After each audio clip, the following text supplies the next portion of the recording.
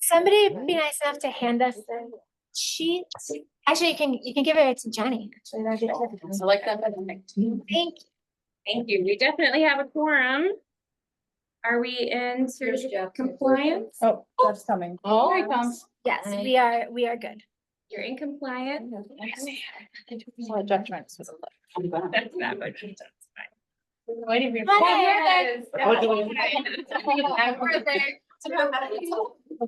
Yes. Yeah. Birthday, he can do what he wants. Yeah. You won't cry if you want to. I'd invite you to stand and recite the pledge with me. I pledge allegiance to the flag of the United States of America and to the republic for which it stands, one nation, under God, indivisible, with liberty and justice for all. Thank you. All right. It's time for public comments. Becky, did you get any signed up online? I don't think so. Did anybody on Zoom want to say anything? Likely to forget if I don't want to go. Yeah. Maybe, okay, raise your hand if you decide you want to at some point, and we'll circle back at the end just to make sure. Okay. All right. Number one is Ginny Strobe. Young kids shouldn't have access to graphic depictions of sex of any kind, not straight or LGBTQ. It's not book banning to want books like that out of the hands of kids or young teens.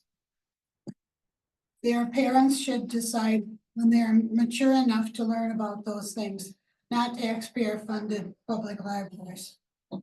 I know there have been kids who walk to the library after school where their parents would pick them up. There needs to be something in place to protect them from exposure to objectionable books while they're there, and they shouldn't be able to check them out.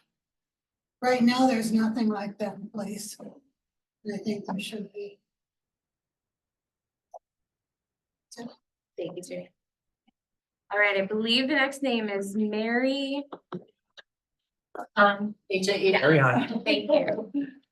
Thank you for allowing us to speak. I'm respectfully requesting that before doing any kind of, and I see it's only discussion and presentation of Jenny's proposal, but before you make a decision about the proposal, I would hope that there's discussion tonight.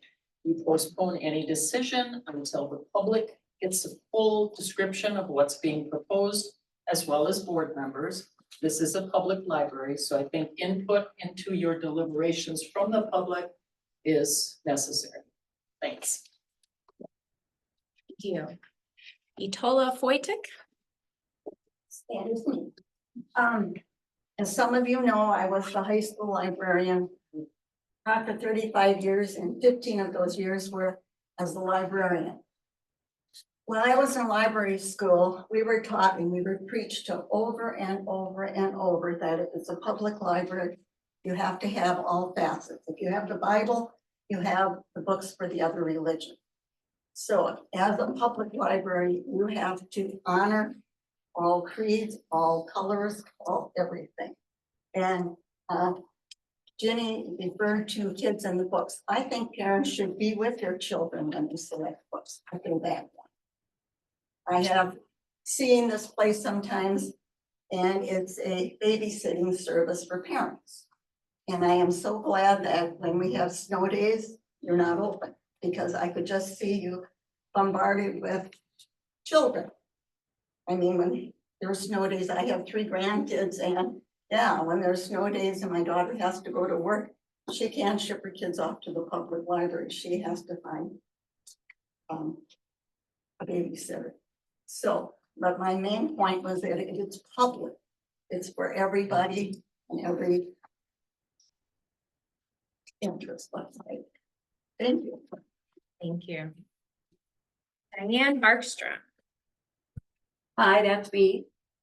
I have not come before to one of these meetings, but I've been following it. And as some of you know, for 11 years, I wrote for grants. And through our home and community education, we got over 5,000 books into the hands of the children of Plains County. Reading is very important to me. I've been on this, I was on the school board in Prentice for many years and worked with the student assistance program. I saw a lot of the children who were dealing with difficult situations. I too believe this is a public library and we should have books for everyone here. A community has a great responsibility to educate our children and also to open the world for everyone. And I think the library can be the keystone for that. However, I have a problem through my work with the homeless and the shelters in North Carolina. I saw what happened to young children who were exposed to inappropriate things, how they acted up at school, how it affected them.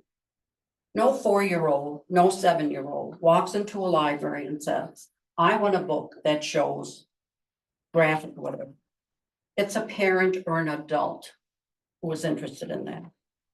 Yes, we should have these books. No, they should not be where the young children are. People want these books, they should ask for them. Our library is starting to hurt. It's starting to get harder to have people vote for funding. What is this library going to do if the county board and the other people no longer support it? This library is important to a lot of people, and it can be the mainstream for a lot of things. Let's not use 1 or 2 policies to destroy all that.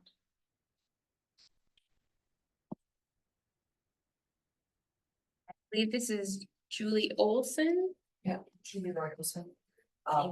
Former educator in the school district for 31 years.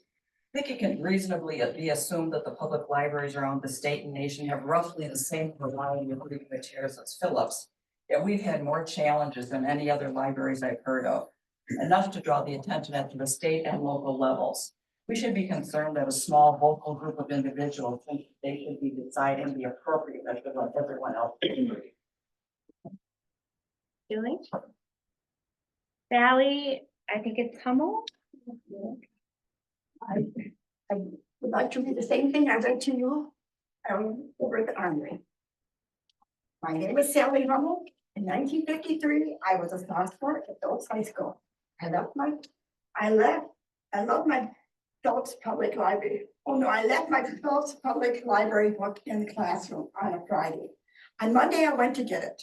The teacher said to me, "You can't have this book. It has a word in it that you should not know. No, you should know. Shouldn't read, no." The library, the teacher said I couldn't have it. She was going to have the librarian fired. She went to the library board, and then the only way she could keep it, her job, was if she could review any books I took before, because it had this word in it. And this woman needed the job because she was on the only income, her husband was sickly. So I agreed to it. I've always since then said, why did I agree then even? Because I don't feel that way. You may wonder what the bad word was. Divorce.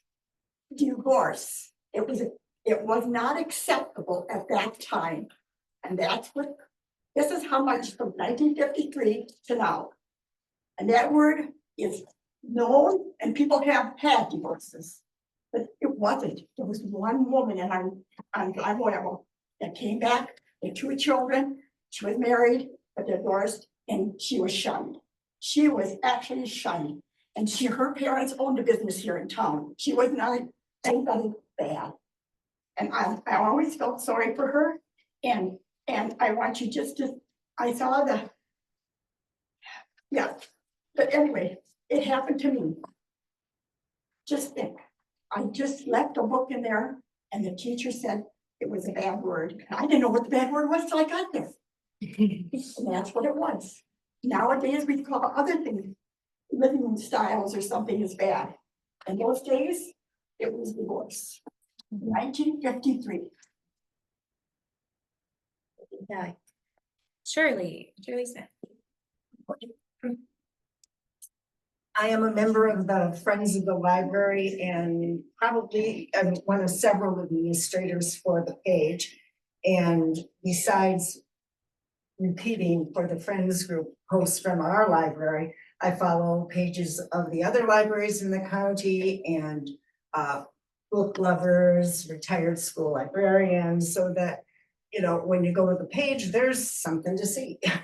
And so I want to invite anyone here who is on Facebook to like and follow their page to keep up with what's going on, both with our library, with the activities of the Friends group, and even just some fun things about books and authors. And now I get to go speak at that event over with them. Thanks for doing that. Thanks for Thanks, doing that. Shirley. Do that, and Hey. Anyone online? On Zoom? Anyone on Zoom? Okay, moving on. Thank you all for your interest in the library. I don't believe we had any comments at the last meeting. And as far as I know, no communication or correspondence. All right, minutes from the September 23rd meeting, which are in your packets. I do want to note one thing. I believe library staff present, we also need to add Jody to that. And Linda. And Linda, correct. Linda, And Linda. All right, I And will get those. Thank you for catching that. yes. And there was a section where, what's it on the page number now?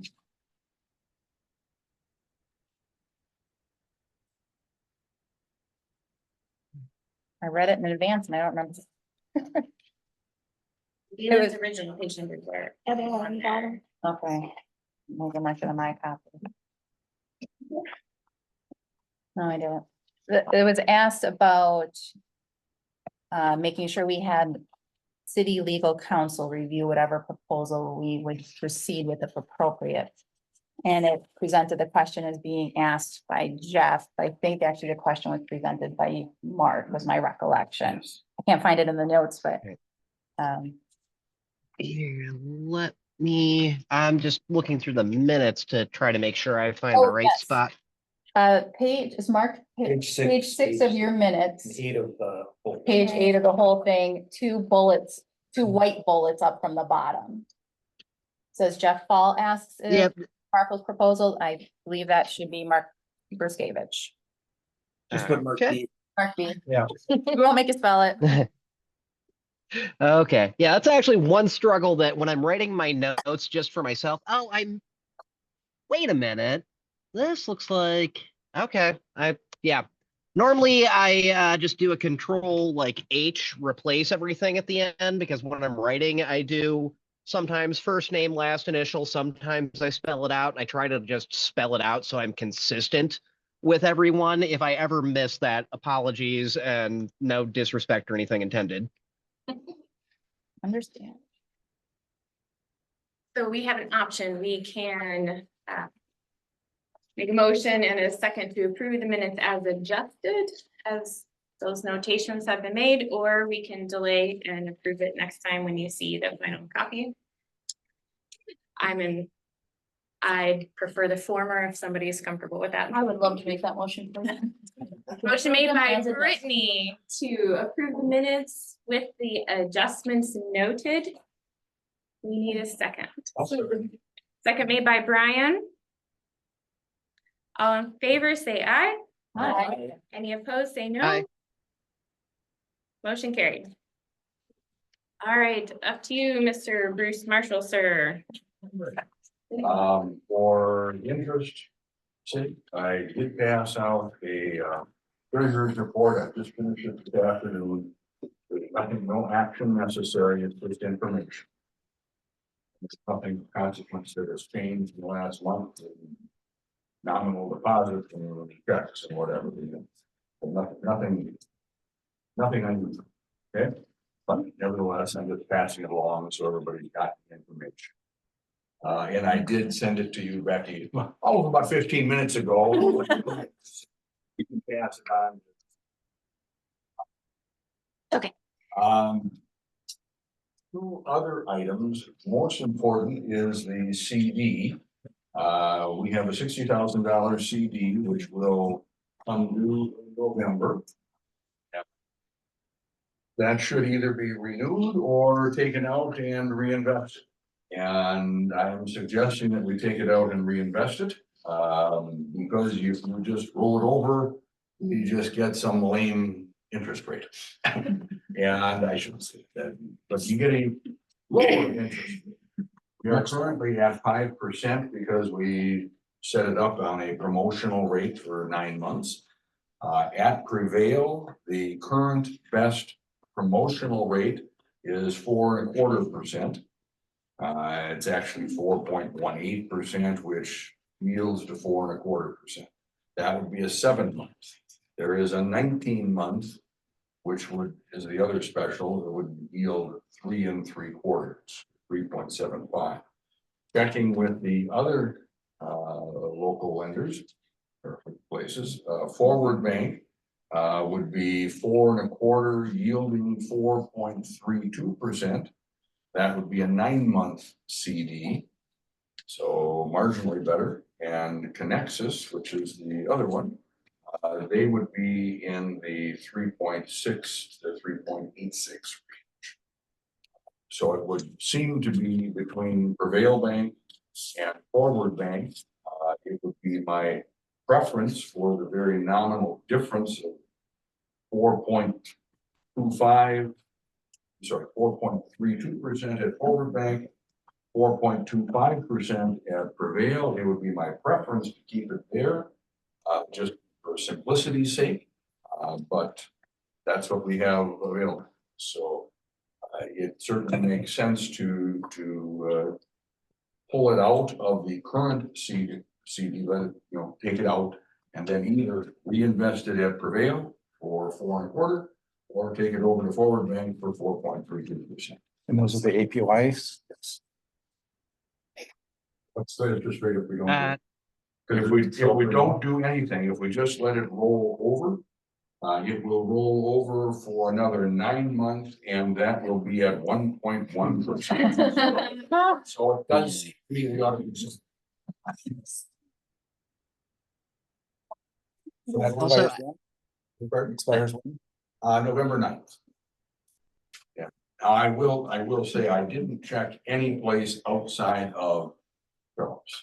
So these were the only 3 I checked. I didn't check any place else. I didn't check Associated or the credit union in Park Falls.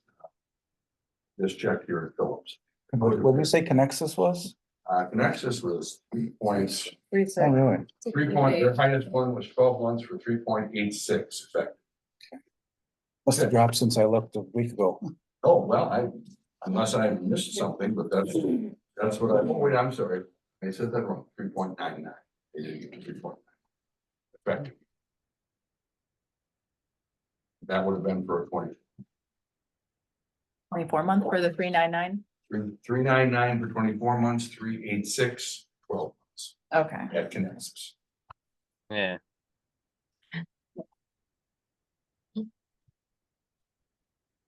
Those rates seem comparable with what I've been seeing with other banks as well, so I think staying local would be appropriate.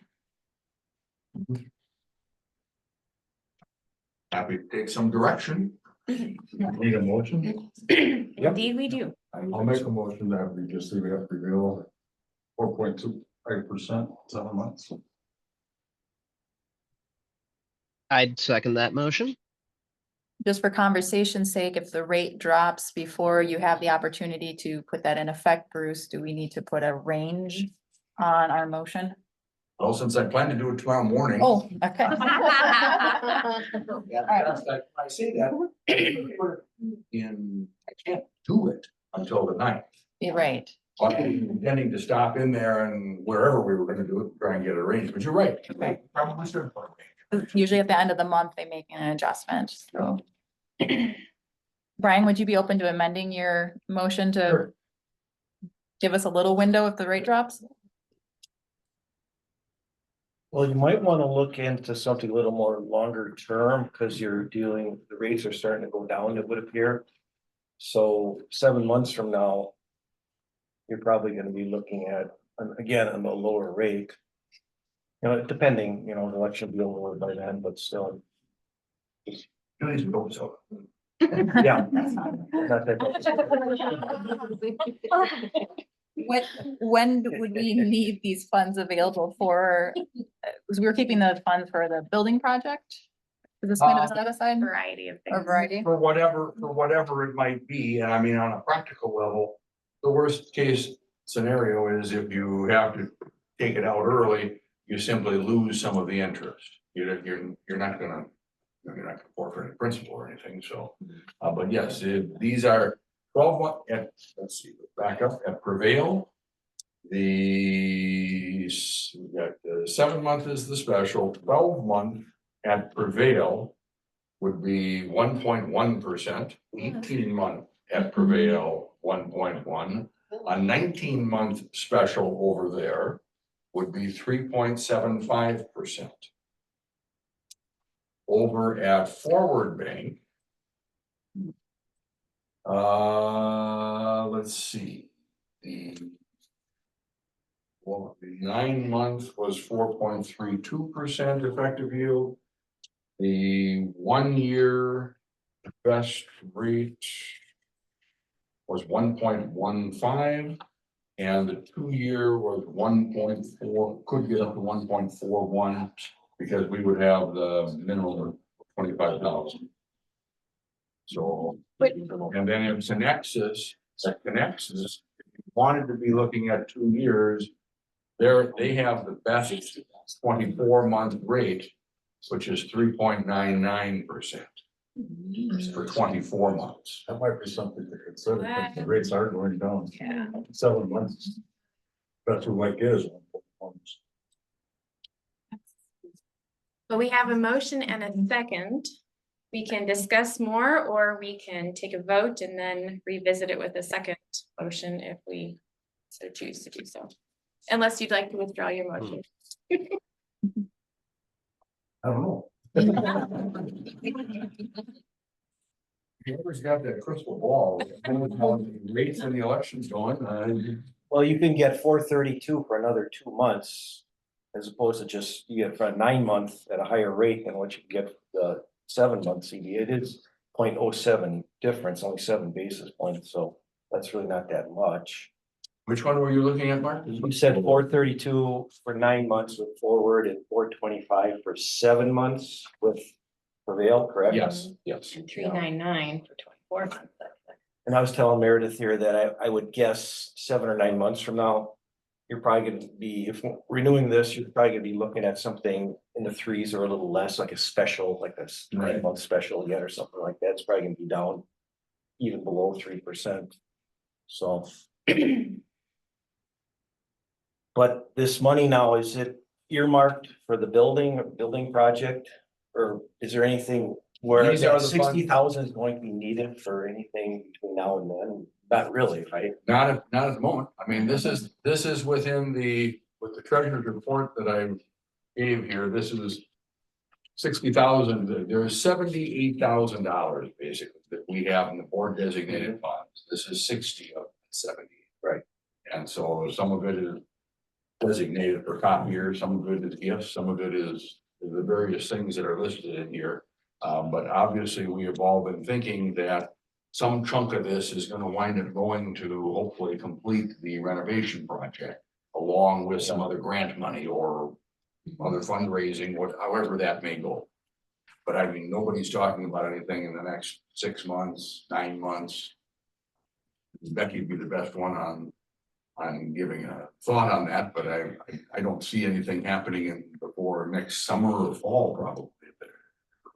At the earliest, and I can't see asking the board for $60,000 without getting within $60,000 of our goal, like, which, yeah.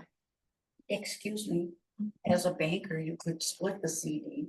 That's true. And then you could The do ladder. the longer one, and you could do the shorter one, and you won't cover all of your concerns.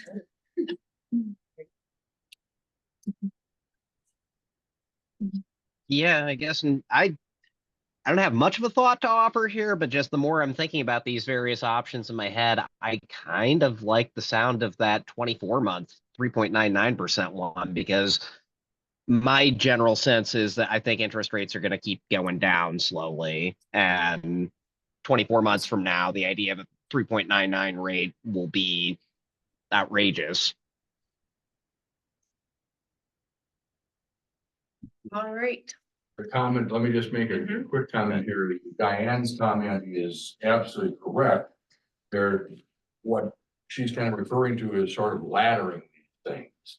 Where basically we would take, if we've got 60,000, if we wanted to take 20 and put it in for 2 years and 20 for 18 months and 20 for 12 months, or take advantage of the special for one of the 20s and you know, do something with the others and try to get the best rates with some variation.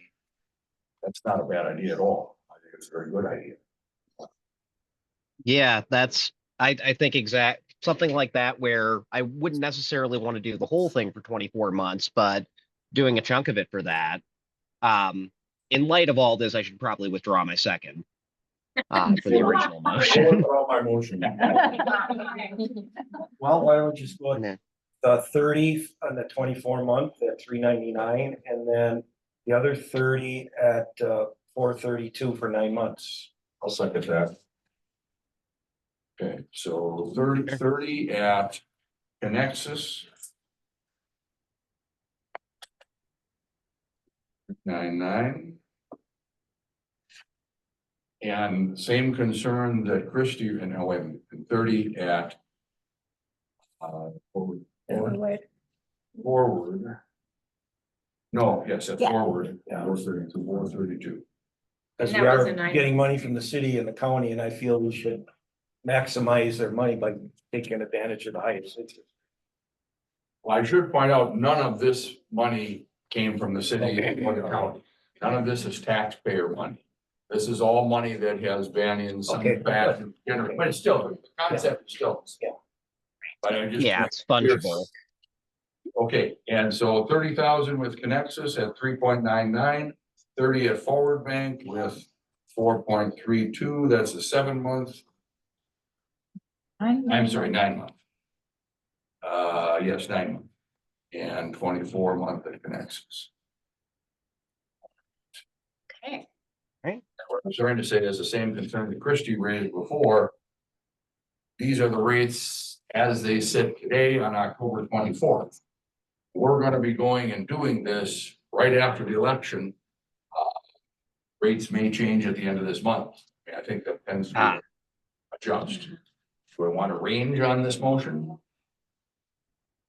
Well, you may want to ask if they'll honor the rate for November 9th, because I personally have done that from when I was working. So.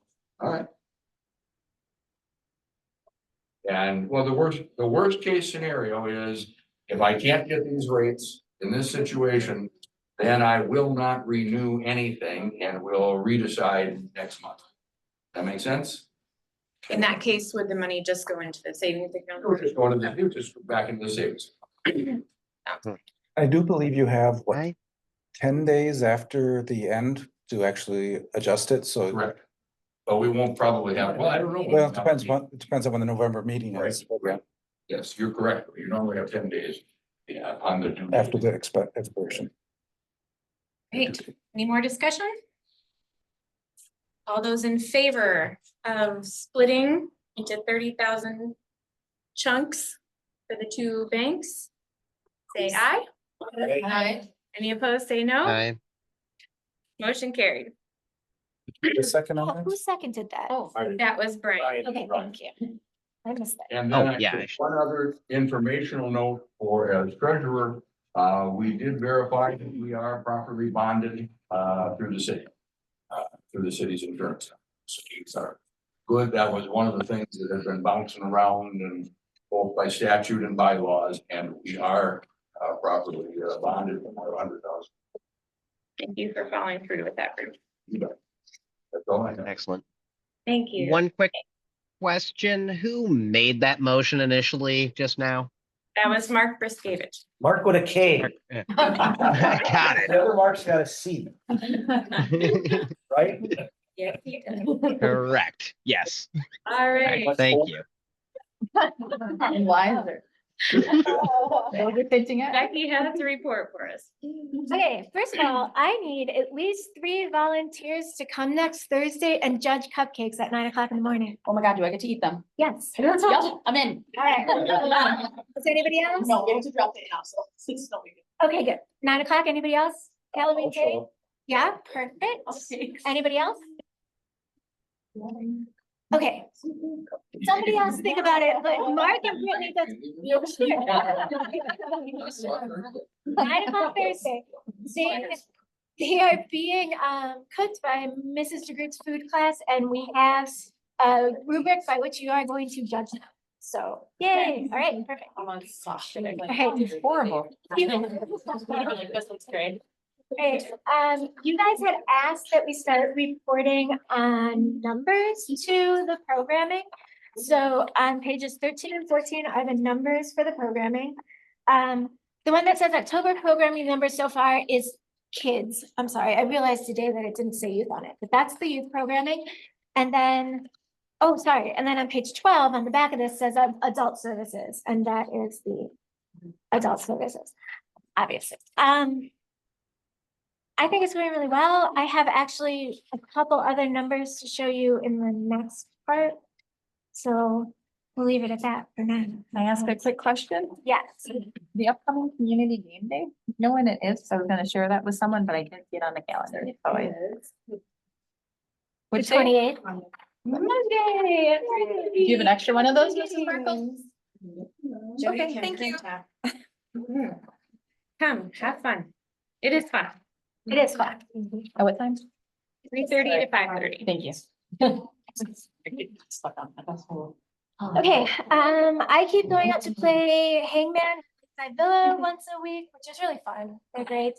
And Linda's been visiting the 4K classes up at the school every week, which is great. And then they have almost every week, they have an outreach program that they have to do. And so we are trying to go up once a month to the outreach program. And we're trying to do it the 1 week that we don't have after school program here on Thursday. So every Thursday, we're doing something with the after school kids. We're either up there or we're here. We're working on getting a teen advisory committee together. We have at least 2 very interested juniors, which is really exciting. So hopefully we can get them in and they will not run away to college in a year. So that's fun. And Jenny Markle filled in a story time, which was amazing. Thank you very much. And we also have a volunteer from the Friends group that's helping with Friday morning fun time. And Rebecca Trimner also filled in. So we now have a roster of filled-in storytime people, which is really exciting and really kind of nice for me. So, yeah. All right, and then the county board meeting. Okay, the first thing I want to say is that we are in the county budget at an 80% increase, which is great. Jenny went to the executive meeting with me and they accepted it at exec and then it got pushed through at the full board. It does still need to go to a public hearing. I've been told that the budget has never been changed in recent memory due to a public hearing. But they can't tell me that, so it still has to be rubber stamped and it gets rubber stamped the second Tuesday, I think. Yeah, the 11th. Is that voting day too, or no, that's the week after? Week after. Okay, good. I thought all of a sudden I had like 60 things going on that day. I was very upset. Okay, but anyway, so the 11th, that should hopefully go through. At the board meeting, there were comments made by Tammy Hastings during public comment. I don't want to revisit those, but then if you're curious, go look, it's on YouTube. She did pull me aside at the break that we took. And I want this board to be made aware of what's been being said to me in these private meetings, I guess. I was told that they are very proud that they ran Jake Warzakowski out of town and got him out of the library here. I was told that they are never going to stop coming after us. We are just going to keep coming and coming and coming and coming, which I don't know. The question was posed as to why I am attacking Christians. And I would just hope that if any of you hear that in the community, that you make it clear that representing other groups of people at the library is not an attack on Christians. And I promise I am not attacking Christians. And I really, that one kind of got under my skin, in addition to a couple of really inappropriate personal questions that she asked me about my religious beliefs that we don't need to go into. However, I was pushed a little bit further than I've been pushed before, and I did tell her that I am a part of the queer community. Her reaction to that was not appropriate at all. My marriage to my partner at this time does not negate any part of my sexuality. I wanted you guys to hear this from me before you heard it from anybody else. I did not tell her not to tell anybody else, so I don't know. And if you don't hear it, that's great.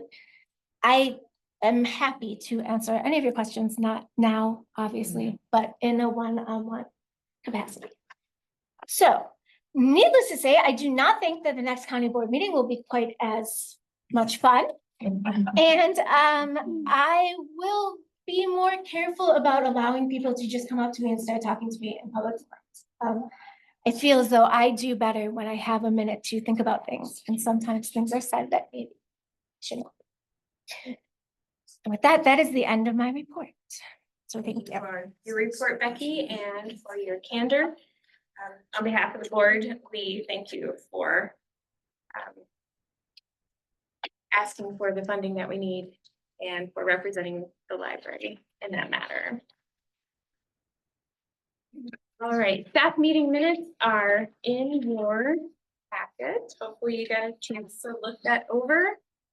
These don't need to be voted on, they're just for information purposes. Right, any questions about that? Just out of curiosity, the after-school program sounds like it's going well. Like 30 kids. That's fantastic. This room gets even warmer than it is now.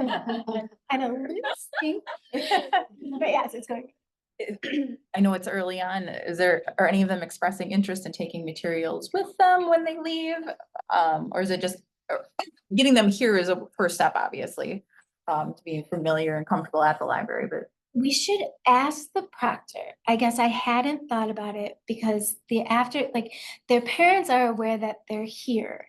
But I'm a little worried that we've run into the same problem that we ran into with school visits, which is that if the kids start checking out books when their parents aren't with them, like we used to send out a lot of bills after those visits. Because and it's not anybody's fault, but like if you don't know that Ella checked out a book during after school program, then I can't be mad at you for not bringing it back. Sure. So. But we'll ask, because you're right. It would be nice to let them. All right. Question. Any others? All right, circulation report is on page 15. Yes, starting on page 15. And so I didn't give you guys the graph of overdrive because I wanted you guys to see the overdrive numbers of all of the libraries. And if you put those into a graph with the other ones, you can't see the numbers of Park Falls and Phillips because the other numbers are so high. But you can see there's a general trend of people using online materials more, which, well, I guess, all right, we'll go through the graphs first. So we went down a little bit in September. The overall circulation of the system went down a little bit in September. Like if you look at the IPLIS one, our graph looks a lot like the IPLIS one.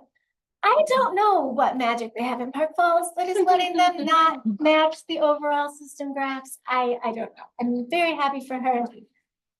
We're about the same place that we were last September, so at least we're not losing ground, I guess. I'm not overly upset with it. I feel like there's usually a drop between September and August. Comes to the summer library program. But I had to put together a whole bunch of really fun numbers for the county anyways, so you guys get to see them as well. And actually, the county did not see the first table at the top because I didn't know that it would actually help us with anything. But so the very first table at the top shows you the amount of users that are currently in the system. And then I tried to kind of figure out the drop in the population of Phillips. Those numbers are really hard to pin down and depending on what website you go to, but Phillips is getting smaller. We do know that there are less kids here and that it's an aging community because we keep getting, I think we just have two kindergartens this year, and last year we had 3 or something like that. So if you watch the classes up at the school. But yeah, so we have a few less users. What I think, and I don't have the circ here. What I think is really interesting is that our users went down a little bit between 22 and 23, but our circ stayed the same. So the people who are using the library are using it more, which is nice. So we're serving the people that are using us, and I think that that is a good thing. But then I show you the programming because the programming is a huge deal. And I am so proud of my staff, and they all deserve naps. And I understand why they are so stressed out, because these numbers are just through the end of August, and we already have had almost as many programs as we had through all of last year, and the attendance has been 100 more people. So, and you saw the programming numbers, and we have 5 more programs next week. I think we program every single day next week. So I think we are now running into the problem of every time we have an idea for a new program, we don't have anywhere to put it. So maybe that new library will come through and we'll have 2 community rooms, but in the meantime, we are so booked that I just don't know where we put anything. Okay, and then the other part of it that I think made a big difference with the county, in addition to the programming, was the use of e-materials. And we all know this, right? But the usage of materials, either ebooks or e-audiobooks, so it's anything that you're using one of these to listen to or read for your computers, is going up. I mean, I show you guys the breakdown between books and audio. I'm interested in the fact that it's flipped and now there are more audio users than book users, because that, I don't know, that sort of little detail interests me. Doesn't really make any difference to anybody else, but so the circ of all these all over have gone from, yeah, and I think it's interesting. So in 2018, the overall circ of these items was 6,200, and now we are up over 10,000. And of course, these circulations we pay for as part of our payment to the overarching system that we belong to. So we pay IFLIS and they buy these for us at a system level. But we don't get any credit for these. And as libraries have been griping about this for years, they can't decide how to determine which user goes with which library. So like if you live in Fifield and you check out ebook, well, does Park Falls get credit for that ebook, or does Phillips get credit for that ebook? Because obviously you could use the Park Falls library or the Phillips library. And most of us are like, we don't care, just draw a line and give us some credit for these, but they haven't figured it out. So like I said, they're circ. I think that it's important that we keep watching them. And the cost for these materials is going up every year. The Directors Council does keep saying that we should spend more money on them, and we should, based on the circulation. You want to give your people what they want. But again, we don't get anything back for that. And the amount of the increase isn't such that, I mean, it's not huge, but it is a little bit. All right, and then there's the breakdown for anybody really interested as to who is using these and where. And it actually breaks down to about 50-50 between the city and the county. So the usage for e-materials is about 50-50. I expect this number to change drastically once they get the new towers in place and internet in the surrounding areas gets better. I'm a little nervous about it because we need our county circ to stay up. I'm glad you don't. But anyways, those are all those numbers. Does anybody have questions about those numbers? For clarification on the chart, e-materials, circ, now what's the difference between circ and own? So the circulation is the amount of checkouts, Okay, and then the own is the literal numbers of titles owned by the system. So in 2018, they owned 155,000 ebooks. so that's what's owned by IFLIS. Yes, that's what's owned by Okay. IFLIS. So that's what our patrons have access to. Okay, And we do not subscribe to supplemental services like the bigger libraries, like Eau Claire does. Like if you have an Eau Claire card, you can also access and stuff like that. Oh. We've never done that. I'm not advocating for us to do that at any point. I'm probably putting a cart before the horse. When we get to the budget, you'll let us know where because you said if we pay IFLAS to get these books so we can check them out. It's part of our membership dues. It's part of the membership every year. dues. Okay, yeah, thanks. Percentage of that. Thank you. Jackie, can I ask you? This last table that you've got, 17 and 18? Yeah.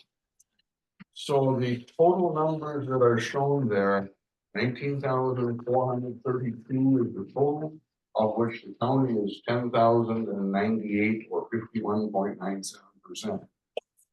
Where, maybe I'm just missing it, where is that 19,000 number on the e-material third chart that you've got on page 17? Actually, I don't know where that is, Bruce, and I got these from IFLIS, so I will have to, and you're right, now that I'm looking at it, it should add up to that.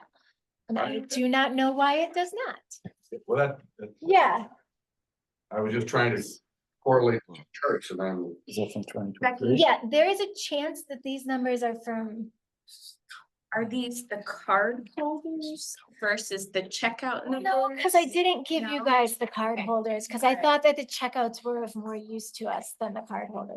Just wondered if it Yeah. was mixed information. The card holder breakdown is 2/3 to 1/3. And I have those numbers somewhere else. But we have more e-card holders or more people that have used their card for e-materials in the county. But the ones in the city are checking out more, so it balanced. All right, well, But yeah, no, I will try to. find it. So Becky, this, like in 2023, 10,686 circulation. Is that for the county or for the entire region or what does? Yes, that is the county. So the circ is all just the county. But Yeah. Yeah, system-wide, it's huge. that'd be a lot more. Yeah. So that's us, Park Falls, Ogama. This is actually everybody in Price County. So it's any e-checkout by anybody that right. has a card from Phillips, Park Falls or Oakland. Okay, Yeah, so it's all three card holders. sure. Okay, thank you for that clarification. Thank you for all the steps. Becky.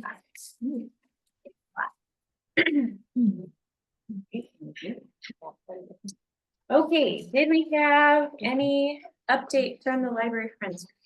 We had our first donation Tuesday, so the third Tuesday of every month, we're taking donations from 9 AM to 5 PM. Anybody who wants to come in and help sort, please do so. We're not asking that you sit the whole day, and it's probably not worth your while to come in right at 9. But if you come by like noon, we got about 5 boxes last time. And so the friends are coming in. We had a couple of boys who needed some community service hours that helped us box things. So yeah, but that's going really well. I don't know, is there anybody else here that went to the friends meeting? I think that was the biggest thing. And if you want to join friends, just let somebody at the library know and we'll get you in touch. Thank you. Okay, on to old business, discussion action on updates to the bylaws. It was just that word, so I added regular meetings. And then I updated the date, assuming that we were going to pass this tonight. We passed it last month, didn't we? Well, right, but did we have to do it twice now or no? You wanted to see it again. Here it is. This is the final copy, but it should be dated from last month's meeting. But it wasn't a Wasn't. friend last month. With this. Could you just approve it tonight? No, no, I already did it last month. Okay. Birthday present, Jeff, you get to do it. It's a birthday gift, you're welcome. Okay, then I'll make a motion to approve the bylaws. Then we have to get it. I think we have to do it anyways, because didn't it state we had to have it for 2 meetings before we could approve it? Oh, Well, But that was a change to the bylaws, so Right. we were still following the old bylaws, which means it had to be Right. mailed. You had to mail 10 it. days. 10 I days. think I just had to mail it 10 days in advance and then we could approve it. Oh, Right at Okay. that meeting. so how about we approve the correction to the wording? We recognize the wording is correct based on our approval last month. Definitely, that sounds Yeah. wonderful. Is there any value to, at the bottom of these documents, putting the most recent, like, prior revision dates, newest revision dates? I love having the dates at the end. It's really helpful. And I think coming into the next one, we'll see that too, but is there any reason we need to have a continuous monologue of dates of when things were updated, or is just a singular sufficient? I was looking at some school documents the other day for assigning for my daughter and had like 3 versions, like original, draft, updated. I'm like, oh. Is there any value to it, or just, are we all comfortable with most current date? I think there would be value if for no other reason than after all these years. So many of our different policies and whatnot, where nobody can remember when in the world we got approved. I think there would be value to that, because then if there are questions about, well, what was intended? We know, oh, this was discussed at the July 2020 meeting or something. We can look back at the minutes, so I think it's a good suggestion. We do that with our HACCP plans, like each year, like they just get signed, like, hey, nothing changed, and someone, whoever's president or hey, nothing changed, like, and we sign it, initial and date it, just like, it does work. So you to say go, like, nothing changed. so to say like reviewed in the Yep, dates? reviewed, yep, and then somebody, whoever's in charge of them can give it their signature. So what we're missing is an original adoption date. So this would be, instead of adopted by the Board of Trustees, this would be amended or revised. Amendment adopted by the board. Okay. And the original date should be under that, I would think. Right, reverse I chronological. will do my best to find the original date. It was sometime 4th last. of May. Oh, you're 2023. awesome. Thank you. You really do deserve that cake now. This cake? That could be. Well, Is it 2024? Yeah, 24, just 23. I think it was 23. It was that long ago, it says May 4th, 2023. 2023. Yeah. Oh, I'm sorry. You were. Then we didn't touch them until Jack read them, and then we. Right. Yes, it's all my fault. It is your fault. Well, and I will have to, may have to leave. I have, my niece has a volleyball game at 7, so I will be leaving early. Okay. Alright. If we don't get done, if we don't get done in 15 minutes, I'll have to leave. All right, so we have a motion on the table, I will second. Go ahead. second by Meredith. Does this motion, question, does this motion include adding that list of historical dates? Because I think that would be a good idea as well. Jeff, does your motion include? Sure, why not? Awesome. All right, all All in right, then favor I'll- say aye. Aye. I Any opposed say no. Motion is carried. All right, library donation policy. This is on pages 23 through 26 of your packet. The section in question is on page 25 in the red. And I did not print out all of the appendices, but they do, this still does have all of those appendices. So don't, I just could not bring myself to print that many pages. And can I start with an apology? The list, what I gave you guys last time for consideration was the proposal for that July board meeting. Okay, And then I found my notes and we had one small change, what but, was it?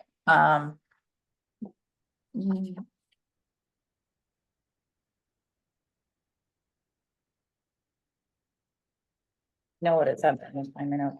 So where it said originally, the library also accepts donations not intended for circulation period. And then it says considerations regarding all donations, where we're just gonna repeat the words, not intended for circulation, include the following. Okay. Just for clarification. Right. So my apologies for not having the wrong bare form for you guys last time. And then reading this through, I did make just a few little updates. The update to number 4 is just because we now have specified donation hours, so. And I kept it as vague as I could so that if we change it to like Wednesdays, I didn't want to actually put like the 3rd Thursday in there. And the top part, I like the little ads that, you know, like, we don't usually return donations to donors, and I really think that that's important because it gets kind of hairy. But honestly, if you guys really don't want to put it in there, I'm not. So, whatever you want to do. For clarification, I can understand not returning things. But just as a practical matter, we do encourage people to have you review it in advance. Yeah. Is that review considered a donation? Or, because if you say no, do they get it back? Or do they send you a link to a website so you can look at the, We're hoping that they ask Online me about copy? it before they buy it. okay, The hope is that if they want to donate something, they would come and make sure that it fits before they purchase it. so ideally they'd present it to you maybe in a digital format, so it's not the Right, physical copy for you to return. exactly. Okay. If someone already has the physical copy and they say, hey, you wanna take a look?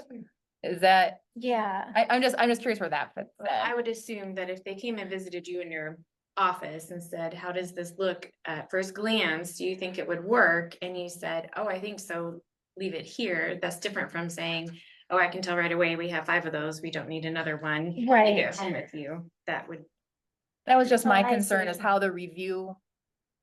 I love the idea of them getting pre-approval, shall we say. Right. Until they leave the building, it's. Well, It's not always. Okay, that's what takes you back seats. You give it that software. Sometimes they give it to the front desk and the front desk puts a post-it on it that says the patron wants this added to the collection and then like, Okay, so sometimes, I mean, it's literally just floating around until. For okay, example, Yeah. when a 1,000+ DVD collection got donated, they got brought in boxes on a cart, so there would be no way for you to review until you. okay. By the way, those were great. Or do we have, or, and for understanding, would we have patrons maybe, I dare say, sign something to say, hey, I know this is a donation. I'm not getting it back, or how big of an issue do you think people are gonna feel about this? It's supposed to have always been the practice. Okay, It just in the last couple of years has gotten a little hairier than usual with just kind of just with the procedure kind of getting up in the air. So I don't know how, Okay. I don't know if people are gonna be really upset about it, but Okay. Do we have this online posted, our donation policy? we have the donation policy, but considering the fact that it didn't have that in it, it probably isn't the updated donation policy. Mhm. So as soon as we approve this, it will go online. I mean, every policy we have is online. Oh, we'll have to add the bylaws. Do you think that would be an appropriate blurb to put on the website, just to notify, like notification? Like There's an maybe- update, and if you donate, this is how it works. Yeah. Here Oh, are sure. donation hours. and our policy. Yeah, Yeah, this is good idea. new happening at the library. Yeah, I'm sitting here stymied. I'm not understanding what we're doing. Why are we concerned about all of this if donations are final? Then they bring it in and they give it to us. Right. And if they give it to us, then too bad, so sad if we don't want it. That was my theory. And I mean, I'm fine if somebody wants to ask, I don't want it, I mean, I don't want this, I can picture philosophically, well, this is a conservative material over here, this is a liberal progressive thing over here, and we want you to look at this, want you to look at that. It seems like it's fine to send an email to you and say, hey, I'm thinking about, I'd like to buy this and donate it to the library, would you like this? But I mean, and we've always had the idea that, hey, if anybody out here wants something they'd like the library to purchase, the library has always been open to that suggestion. Right. And I mean, maybe I'm just a cheapskate. I wouldn't tend to go out, buy something brand new and say, here, I want you to put this in the library. I realize it's a little what you confronted in the last couple of That's years. actually what I said. I was like, buying anything new and giving it away right away. So anyway, I'm Yeah, I wanna use it for a little bit, have it used gently. So we just need to say something somewhere that all donations are final? Well, you have it in here. Yeah, It You is. said all Yeah. donations are final. The library does not return donations to donors. So he's saying we're good and we don't need to You're good. talk. Don't What change Bruce anything. is saying is we're done. Let's stop talking about it. Well, I mean, Oh, Put words in- okay, so that's a little added red part. but Okay. with the added red part, Yeah. correct? Yes. Yeah, okay. Yeah. Yeah, I was just looking for the verification of if someone wanted it reviewed, is that considered a donation? If they were having it reviewed. That's where I was seeking And clarification. we can talk about it right away, and it's not something that I need to like look at the history of, and it's not, like, whatever, it's newest reprints of the Dr. Seuss book that everybody wants and that I wasn't able to order in Baker and Taylor. Yes, I can say it. Okay. Whatever, All but right. yeah, so hopefully, I mean, I just want people to realize that, yes, if they drop a book at the front desk and they say that they want it added to the collection, and my staff puts a Post-it note on it, and it ends up on my desk for me to look at. If I decide that I'm not putting it in the collection, I'm not calling you and tracking you down and telling you that you need to come pick up your book. I'm putting that book in the book sale probably, unless it's really out there, and then I'm just, whatever. But, yeah, Covered in mold. right. Those are my favorite. Yeah, those, yeah. Those are just top. Make people think. All right, we are looking for Motion. a motion and a second, and Becky, please remember to put a date of Yes. updated if this does indeed go through. I would love to make a motion to approve this donation. Okay. Motion made by Brittany, I'll second. seconded by Becky. All in favor, say aye. Aye. Any opposed, say no. I- Motion is carried. I think he was a little late. New business, October bills.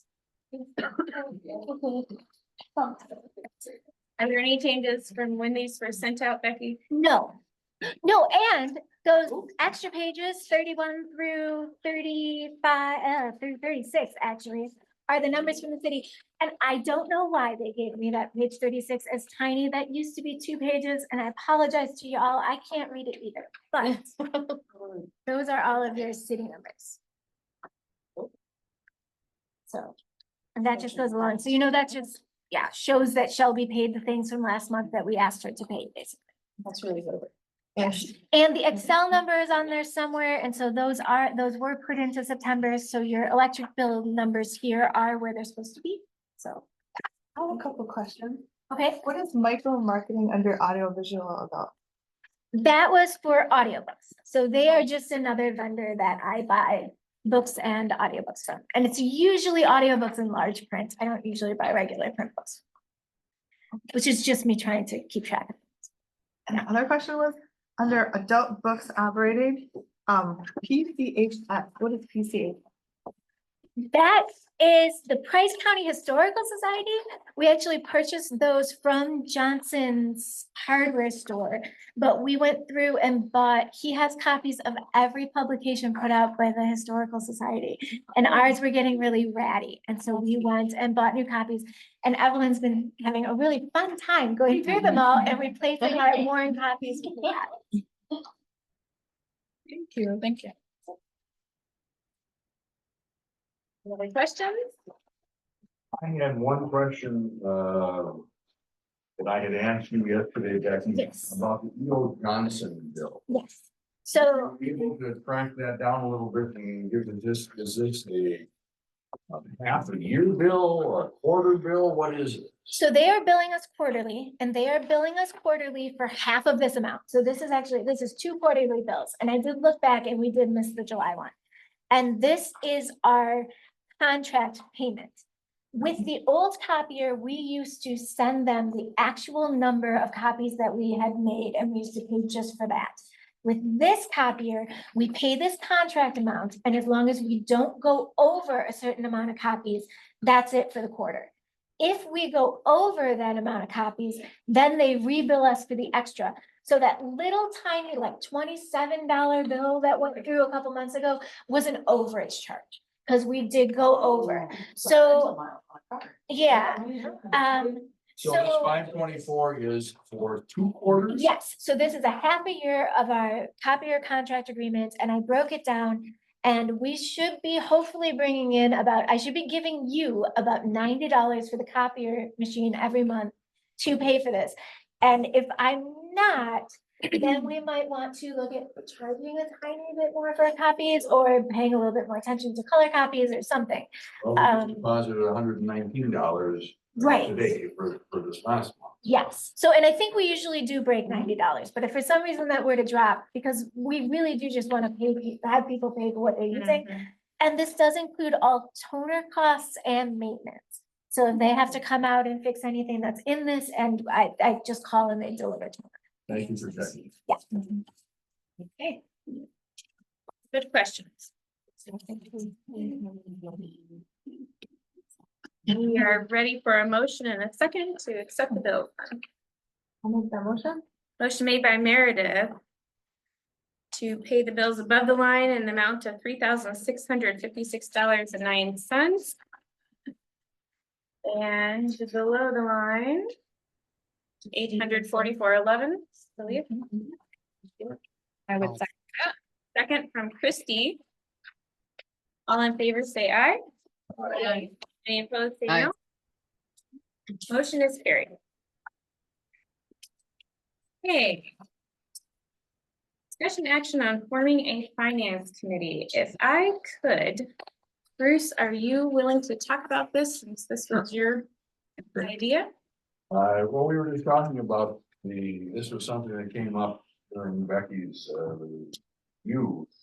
And really is something that would be a good idea anyways, to have like a subcommittee, to take a look at where are we at multiple points during the year. So that we do the best we can to figure out, okay, how do we avoid overages? If we need to have some additional people contacting the city or the county to get additional information. Because that's been an issue at times as well, whether for you or I can say going way back, John Hendricks as well. And sometimes it may be helpful to have someone other than just the director trying to say, hey, can you please tell me how much insurance is gonna cost? Or whatever. So that was part of the reasoning. And also just so that we're a little bit better informed as a board on exactly where are we in terms of budget for the year, where do we stand? Not just as a percentage, but are we in good shape? Are there expenses we should be looking forward to? And hopefully it is partly to lift a little of that planning aspect from you and spread it among you and say 3 people or 4 people to work with you. And we're not talking about doing this out every month. We're talking about doing this like quarter of years. So that's.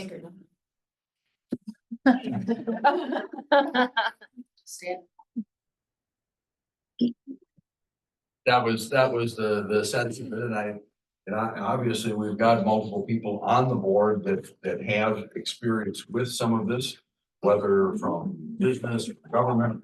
We got Mark as a former banker, he's involved with budgets with the city, other organizations. Obviously Brian Hurst is involved, I'm involved in stuff. Not to mention others. So. Yeah, technically, we have, in one sense, already voted on this concept when we approved Becky's evaluation. So what I'm looking for tonight is a couple or 3 volunteers to say I'm willing to serve on that subcommittee and to have that approved by the board. I make nominations if no one volunteers. Certainly you may. Well, you know, I love numbers, so. Can I ask, is this a committee to add support? Or is this committee going to have make decisions that then Becky will follow? No, according to our bylaws, all subcommittees are not decision-making. Oh, that's committee. right. They're simply helping gather information, process information, and then any decisions that need to be made would come back to the whole board. Definitely. You wanna do this with me, Jeff? Nobody wants to do this? I with me? said I like numbers, so yes. Yeah, I was gonna say, I'll nominate you. Well, the treasurer should. I'll Yeah. Oh, it sounds like you got volunteered. Oh, yeah, You can volunteer somebody. There's another person with a big brain. Mark, would you be willing to be on that? Well, I could be the conduit with the city, I suppose. And there you are. Enthusiasm. Shelby. Sure, absolutely. I like the idea of 3 so that if one of you missed a meeting, you still actually have a. Probably would be best to have another board member be part of that. So you don't want to be officially on the committee, you want to be an advisory intermediary. There might be another council member filling this spot. That's true. I understand. That makes good sense. I have one more volunteer. Brian, way to go, Brian. Love that. I can't. All right, It's okay. So I'm looking for a motion to approve Jeff, Bruce, and Brian as our finance subcommittee. Don't forget Mark thing. Mark doesn't want to be officially on this committee. He wants to be a. Mark, official, unofficial, I'll be the advisory to the advisory committee.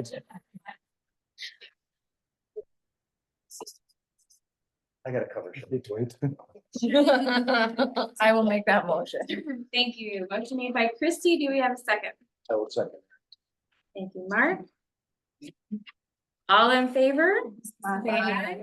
Any Aye. say no? Motion is carried. All right. My apologies, I do have a volleyball game. The premise is, it's their regionals, first regional game tonight. Exciting. Hoping well. Then we'll sit playing Phillips. Good luck. They're playing close. Good luck. It's just the next day. Just leave the information on your way out the door. Okay. Happy birthday, Jeff. Jump for deer. Oh, yeah, that's the thing.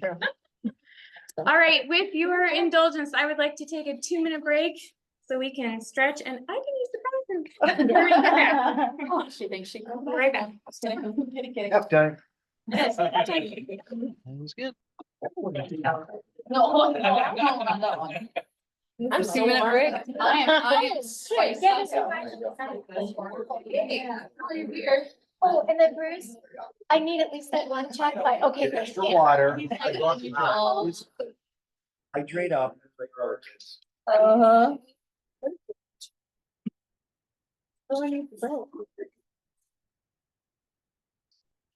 Oh. It's like. Your roughing seasons concluded? You can do one more. Who you roughing Friday? Again versus. Is it okay? Every meeting. Is that a fun game? It's okay if I need to record it. Yes. Okay. When you heard Phillips get to go to Green Bay for their fun. Yes. Pretty cool. Oh. Interesting. I don't bring my. Oh, and Shannon, good to meet you tomorrow. What does he look like? Like my dad, but taller and a mustache. Oh, geez. You want to smile and take a picture? Yeah.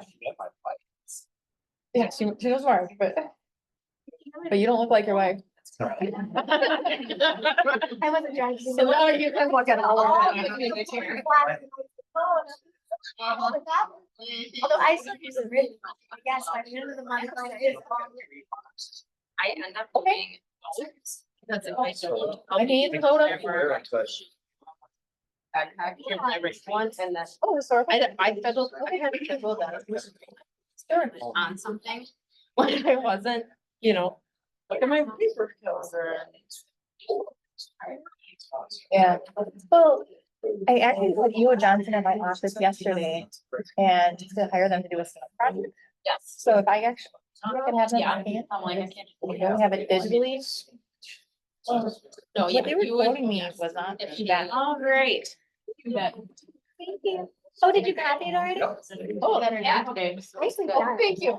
Yay. We are back in session. Thank you for your patience. Galen, did you note that Jeff Ball Yep. did the meeting? That is a good point. I will add that right now. 2-minute break. Back in session 6:45. And Jeff left during break or close enough. All right, I'm back. All right, thank you very much. One quick note before we move on to the next agenda item.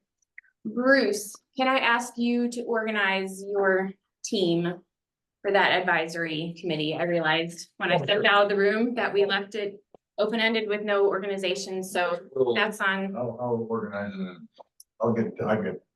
Exactly. Okay, thank you. All right. It's time to talk about an idea. First of all, I want to tell you what this proposal is not. It is not a change to our current policy for making challenges in any way. I think we have a good policy in place. And we tweaked it as a board with Becky's input not that long ago, and it's a good one. I think we need to stick to it. By the way, it is not represented properly on our website. I just looked it up today and realized, oh, it doesn't have the middle step there about talking to you, and some of the wording is a little misleading, so we might want to visit that. Okay, so that is not what it is.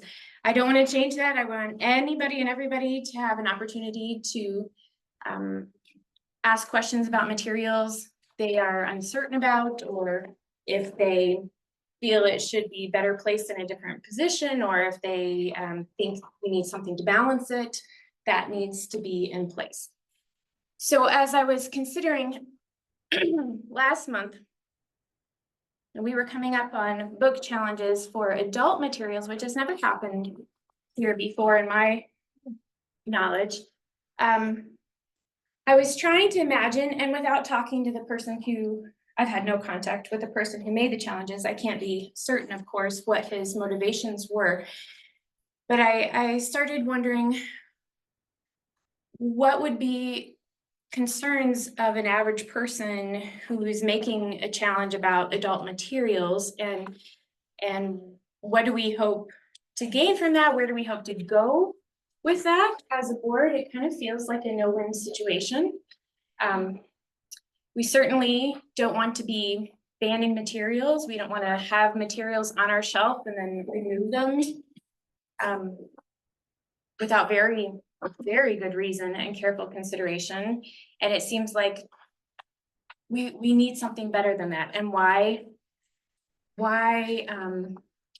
should we even be concerned about materials in the adult section?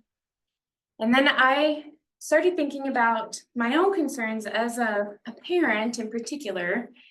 And I realized, you know, one weak point we have in our library is that the process of gaining a library card is not fully explained to parents when they get a card for their children.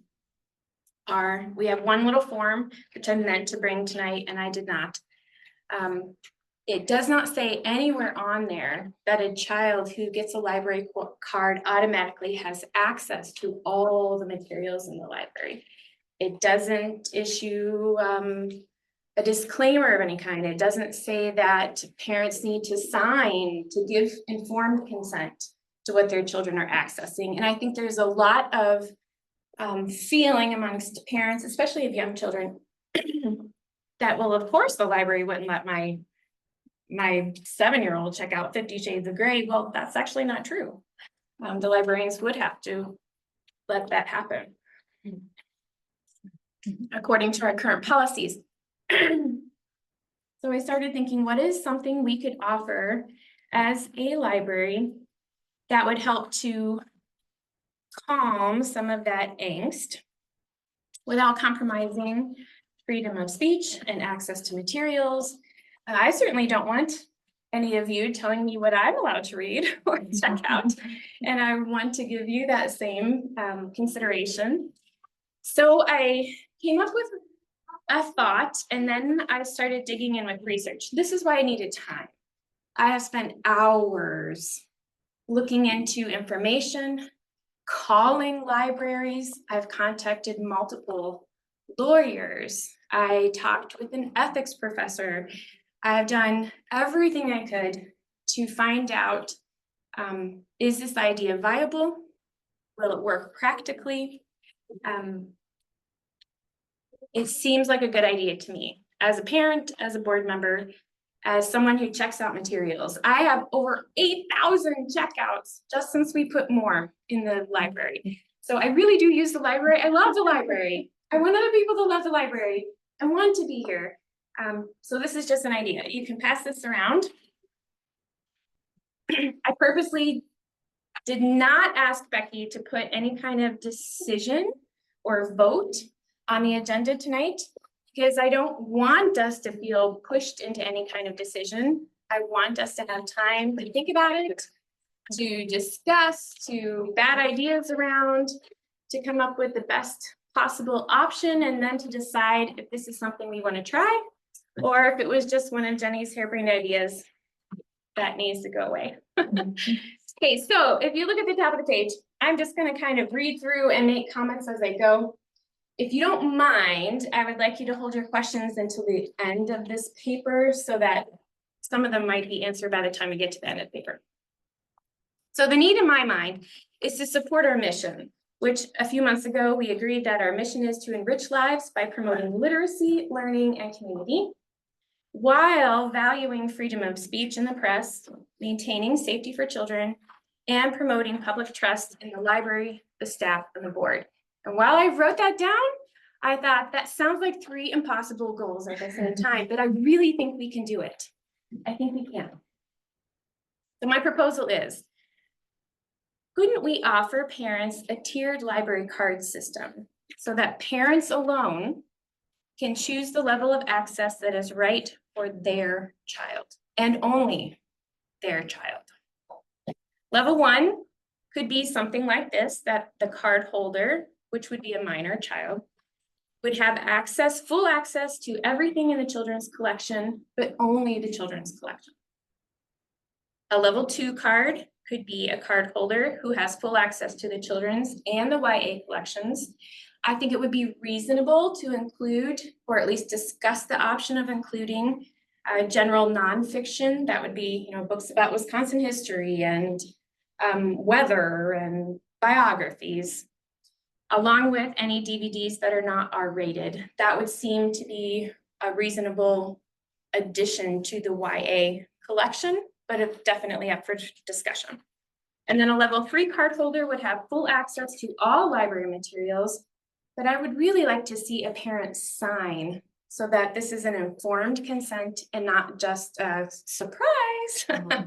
Your child can check out anything kind of idea. So I did some digging. And the rest of these ideas that are underneath it kind of are a compilation of good things I found in other libraries that are using a similar system. So parents can decide if or when to upgrade that card to a different level. It could be at the point of renewal or anytime the parent decides, oh, my child is ready for the next level of access. These levels would apply only to the physical materials within our building. There is no way we can control materials coming from elsewhere in the consortium. We just can't. More, which you access those books from other libraries.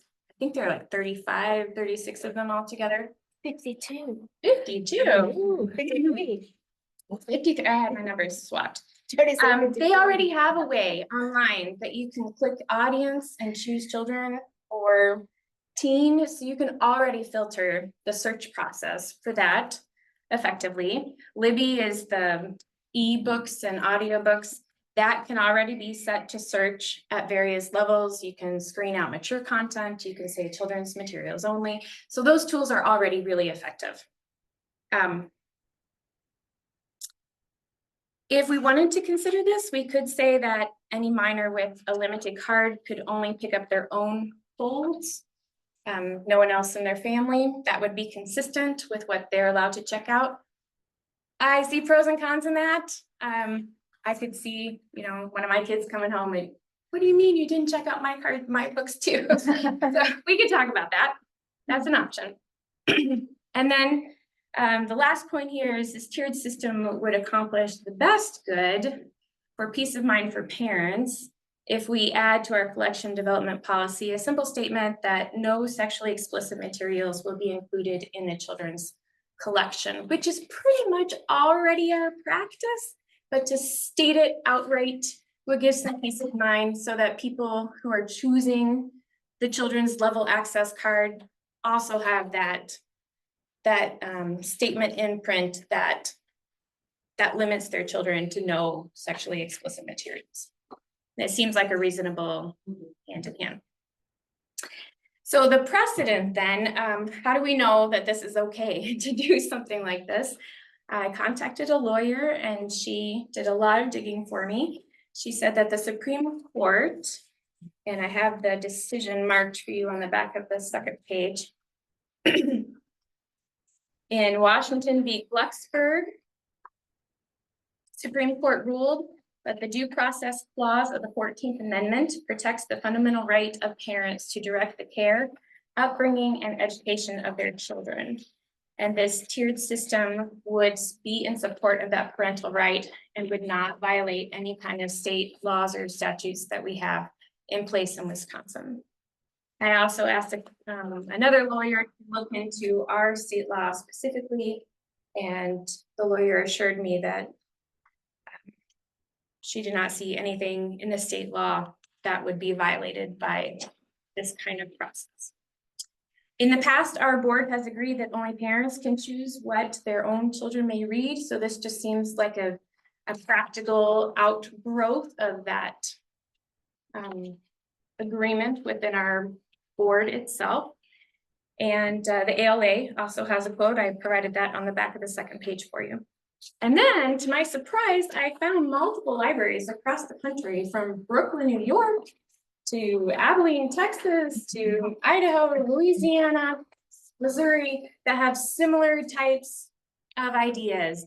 Some are very complicated with 7 or 8 options, and wow, way more than we can probably sustain. Some are a little bit simpler than what I've outlined here, but most of them are similar. I also put all of that on that second sheet for you. And I would be happy to send out this information via email so you can click on those links and look at those pages for yourself. So I'm going to stop here for a moment before I read the implementation process and just ask if you have any questions about the concept itself, or we'll get to the practical how to make it work here in just a second. But the concept, do you have any questions or concerns?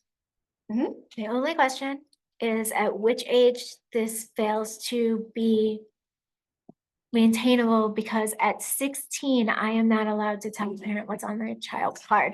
So this might have to stop at 16 instead of 18. I asked the lawyer specifically that question, and she said that there's nothing in the state law that would prohibit this going all the way to the age of majority, that we could do it anything under 18. That would be an option if we wanted it to be consistent with that particular part of the law. We could make it under 16, but there's nothing in our state law that prohibits this concept all the way up until the child turns 18. Do we know, Becky, do we know mechanically? I realize it's just first blush, but mechanically, is this something doable? We'll already do this for you. If you came into the library and said that you didn't want your minor child to be able to check out adult materials, we would put a note on their account and we wouldn't let them check out adult materials. But I meant in a more formalized I don't system, like it. I don't think that we will get Sierra to accommodate. I don't think, because if we were to update the actual circulation system, it would have to be done at a system level. So if we at a library wanted to do this, I don't think that there's a way that we would be able to get Sierra to make it automatic for us. However, we're small enough that, I mean, I know we haven't even talked about implementation, but I don't see any reason why the message option isn't good enough for Phillips, Wisconsin. Like I said, we will already do this for you if you want us to. So as far as implementation goes, the libraries that use this kind of system across their whole consortium, it is embedded in their software. Right. And they have an IT person who sets that up, and they work differently. I asked them, you know, what software do you use? I wanted to hear somebody say Sierra, but I didn't get that answer. We got several others. Sierra's website claims that they're highly customizable. We can certainly ask our IFLS person if she's willing to look into it for us, and you know, what would it take to make it a little more automatic so it's less work for the people at the front desk, just to see if it's a it doesn't hurt to ask, that's for sure. But I thought the same thing, that even if it doesn't work through a software setup, we are a small enough library, and this card system would affect few enough patrons that it probably is quite manageable by the front desk staff. Just with a series of messages. They already use messages for things like, if someone owes for like a missing book and it stops them from being eligible to check out material till that fine is paid.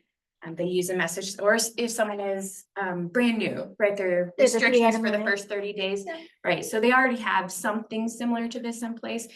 The one thing I noticed is that when we scan materials like a book or a DVD, it's not immediately obvious where that item is from. So it would take a little getting used to check that item itself and be careful about that. We have color coded the labels on our items. So I think in the front desk, they'll catch it for the most part. Like our spine labels are different enough that I think, yeah. Can those be added to the DVDs too? Well, the DVDs, all of the children's DVDs have green dots on them, Okay, and all of the rated R DVDs have a rated R sticker on them. okay. So like that is. So it shouldn't be a big It shouldn't be a big overhead deal. work to set up. I know. I'm wondering what she's thinking. There be like different colors. That's in here too. I'm almost thinking like a sticker on the card that we could right. remove Or a or punch something. or something Yeah. that's just like a lot. A quicker visual than reminder. Making Right. sure you're seeing what's on it. But that's, Should be like double. I'm more worried about materials from other libraries. Like we used to have that 5-item limit on DVDs, but if you requested 10 DVDs from Park Falls, we'd let you check them all out because you've requested them, you've brought them here. So, and with no mechanism to stop a child from requesting an adult book from another library, if it comes in on hold. And again, we can catch that. Like, I'm not saying that we can't, I'm just saying that we'd need to address that somewhere in here too. Oh, yeah, Like, that's already in this here, is- because they yeah. said this has to do only with the physical materials in our building. Well, but in other libraries in the system too. So like, there's not a loophole that they could check out. We just have to make sure parents know when they apply for that card, that that level refers to our building itself. Okay. So if my And it daughter wouldn't logged necessarily- online to check out 50 Shades of Grey, too bad, so sad, she gets it, but if I said no here, she doesn't get a local But copy. you want us to stop her if she requests it from Right. Claire. That would be That's ideal. that's what I'm But- talking But about. the way it's presented here, Right. it It wouldn't, wouldn't be on your. it would be on your would be an shoulders. exception. It would be an exception. Okay. That's how I read it. Correct me if I'm wrong, Right. Jenny, is how I read it. Right, and obviously, if a librarian would catch something like that, Right. the parents requesting this card would. Say thank you. appreciate it. But it wouldn't be expected. Okay. But aren't There's you no- also saying that Moore and Libby allow you to set parental controls Yes, already? they So do. maybe we could even do a reminder on whatever we have when a parent signs off on one of these cards, that just so you're aware, you can also deal with this on Moore and Libby. Exactly, So that it doesn't fall on our local librarian. right. I appreciate that they would attempt to Right. to honor the parents' requests and whatnot. Mhm. Do we require a parent's signature in order for a minor to get a card? 1000%. So just from a legal standpoint, I feel real comfortable with this kind of approach. Because if I, as a parent, can say, Junior, you're not getting a card. I don't trust you. I don't, whatever the bizarre reason. So this is something granting that child as a library patron greater rights than what I could prevent them from getting.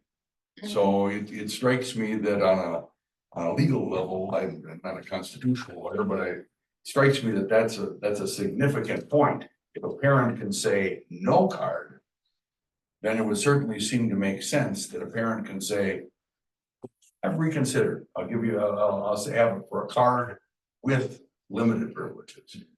I don't see anything wrong with this. Yeah. Like I said, we'll already do this. for you. Sure. And I think that we need to work out some of the nuts and bolts, but like Mhm.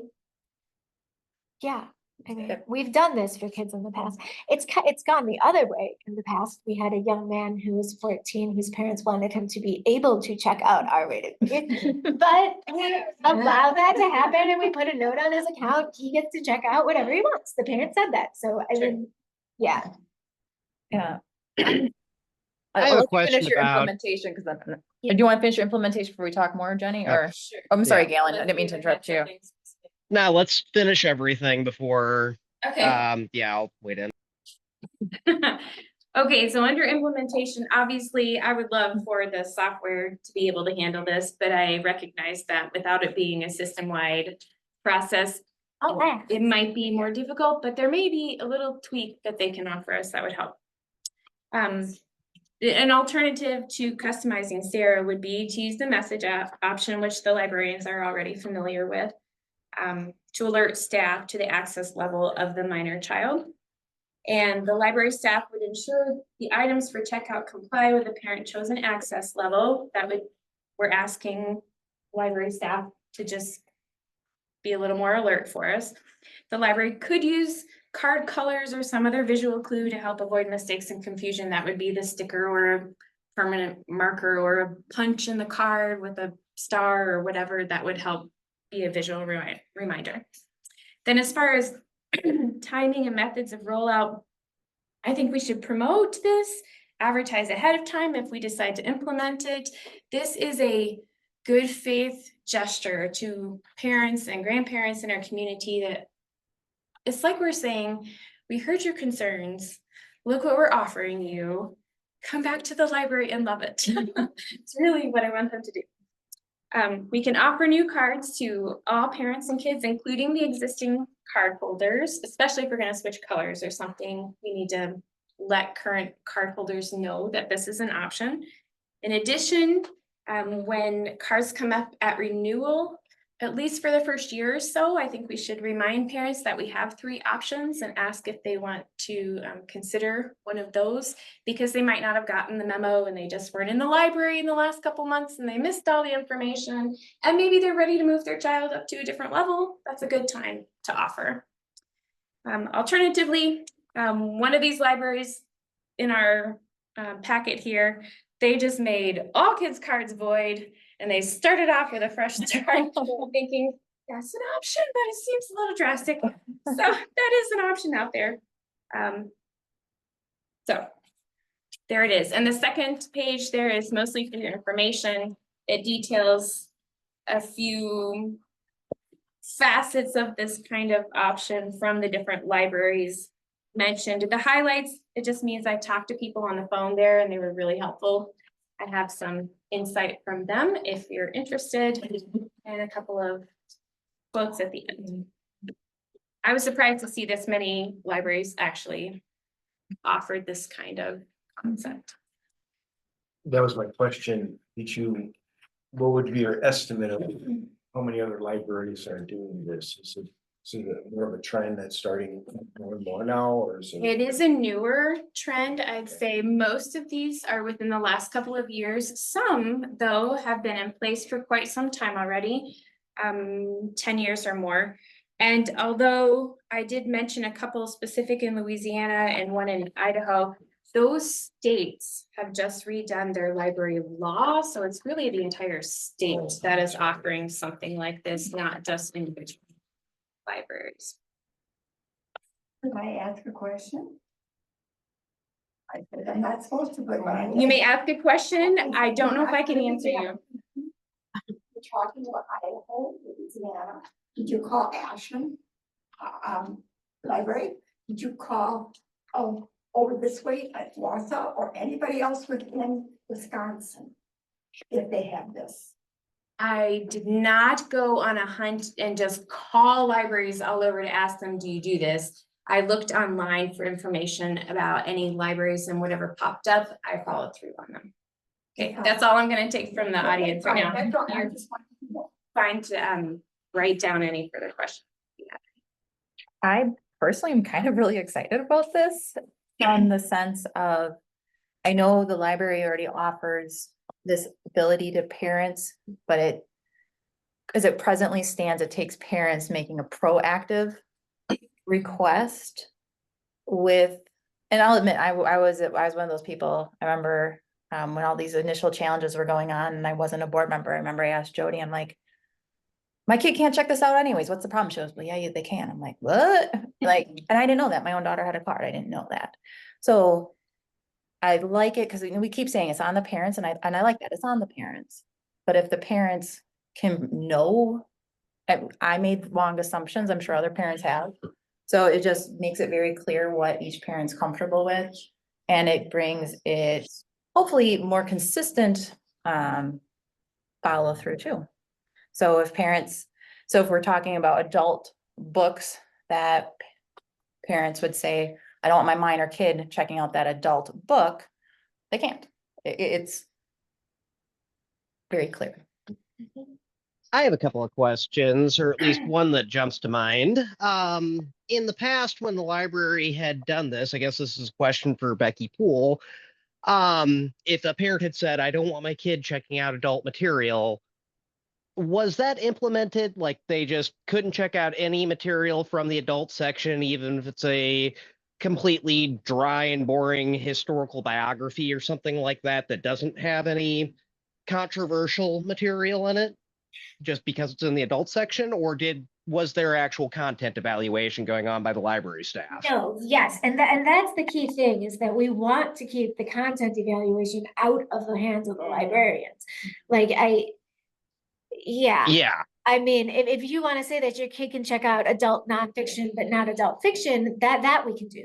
But like, yeah, if you say that your child's not allowed to check out any books that say that you're supposed to chop down every tree in the forest, they, like, you just can't even do it. So yeah, so as long as it stays within easily, but easily outlined areas, that's easy enough. Yeah. Right. And I mean, I guess I would guess, like, just off the top of my head, I think a problem that would happen with implementation there too, potentially, is, okay, say we restrict them from adult fiction, but let them check out adult nonfiction. If they're checking out a biography on, I don't know, Winston Churchill, that's probably going to be pretty tame. But if they're checking out a biography on like Jim Morrison, or something like that, there might be some material in there that parents would not want their kids to read. Like I can see this being difficult for implementation without getting into a content issue, but yeah. And the first sign that happens, then parents know what's in those sections. And then they have the ability to come in and say, okay, I guess Bobby really can't have access to adult nonfiction.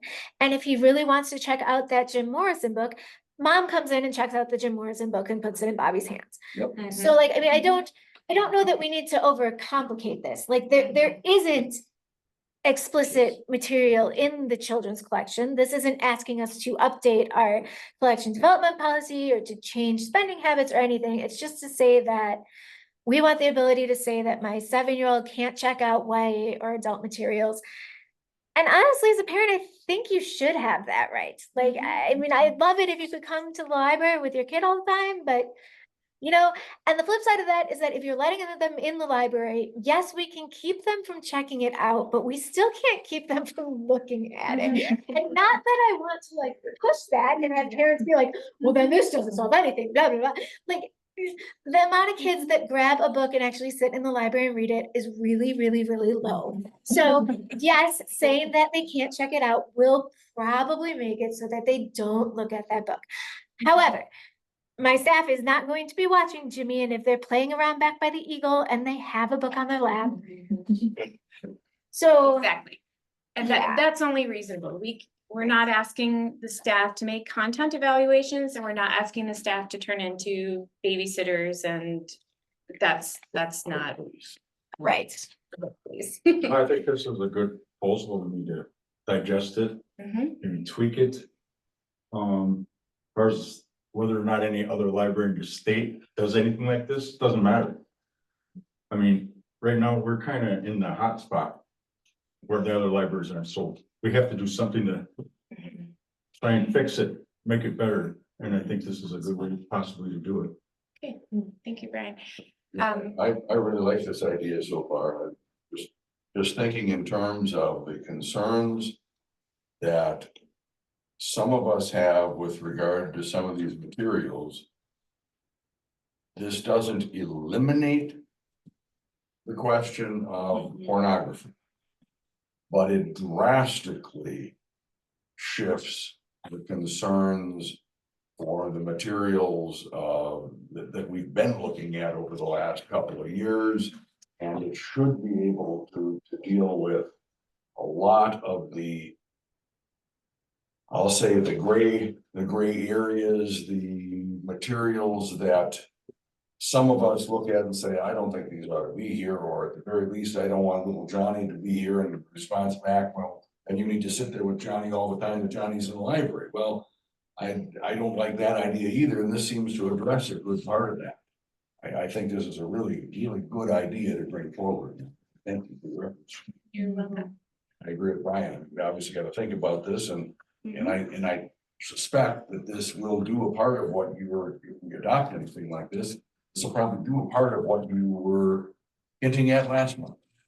I'm really hoping it will settle some of the angst over challenged books and let everybody take a deep breath and say, okay, we can manage. Well, first of all, thank you for all the research you did and everything. And like for the city, if I'm trying to write a grant, would you? I don't think there'd be much, there wouldn't be much expense. Are you making new cards then? What would the I'm a cost? little concerned about the cost of all the new cards, but I'm thinking that we can figure something out with using existing cards and stickers Like or punch something. They could do something for Yeah. implementation where they could kind of market more. Is that gonna, are you maybe charging the library more too? to No. Provide this service? You know, I'm No, thinking of the dollars. this is either gonna tell me that they can do it and they're gonna do it, or they're gonna tell me that they can't do it. Or they're gonna say, you can already do this, this is how. And I sit here, I'm like, we have a list of different types of cards, and so I'm wondering if. So just let me talk to IFLS and find out, but I mean. Yeah, I don't think that it would. Unless you guys really make me buy bright yellow cards, the cost shouldn't be. What do cards kind of run? I mean, like a buck a piece, you More print- than that, I do know. you print them right here on site? No, we order them. Okay. If you had like the 3 levels on the back of the card, or like somewhere on the front of the card, like level 1, like for parents to remember. And they graduate, you get a new stamp? Yeah, there you go. And like maybe it's pages, so they don't forget, because sometimes your parents forget. I did just buy 500 new cards. You guys are really freaking me out. We took the card order.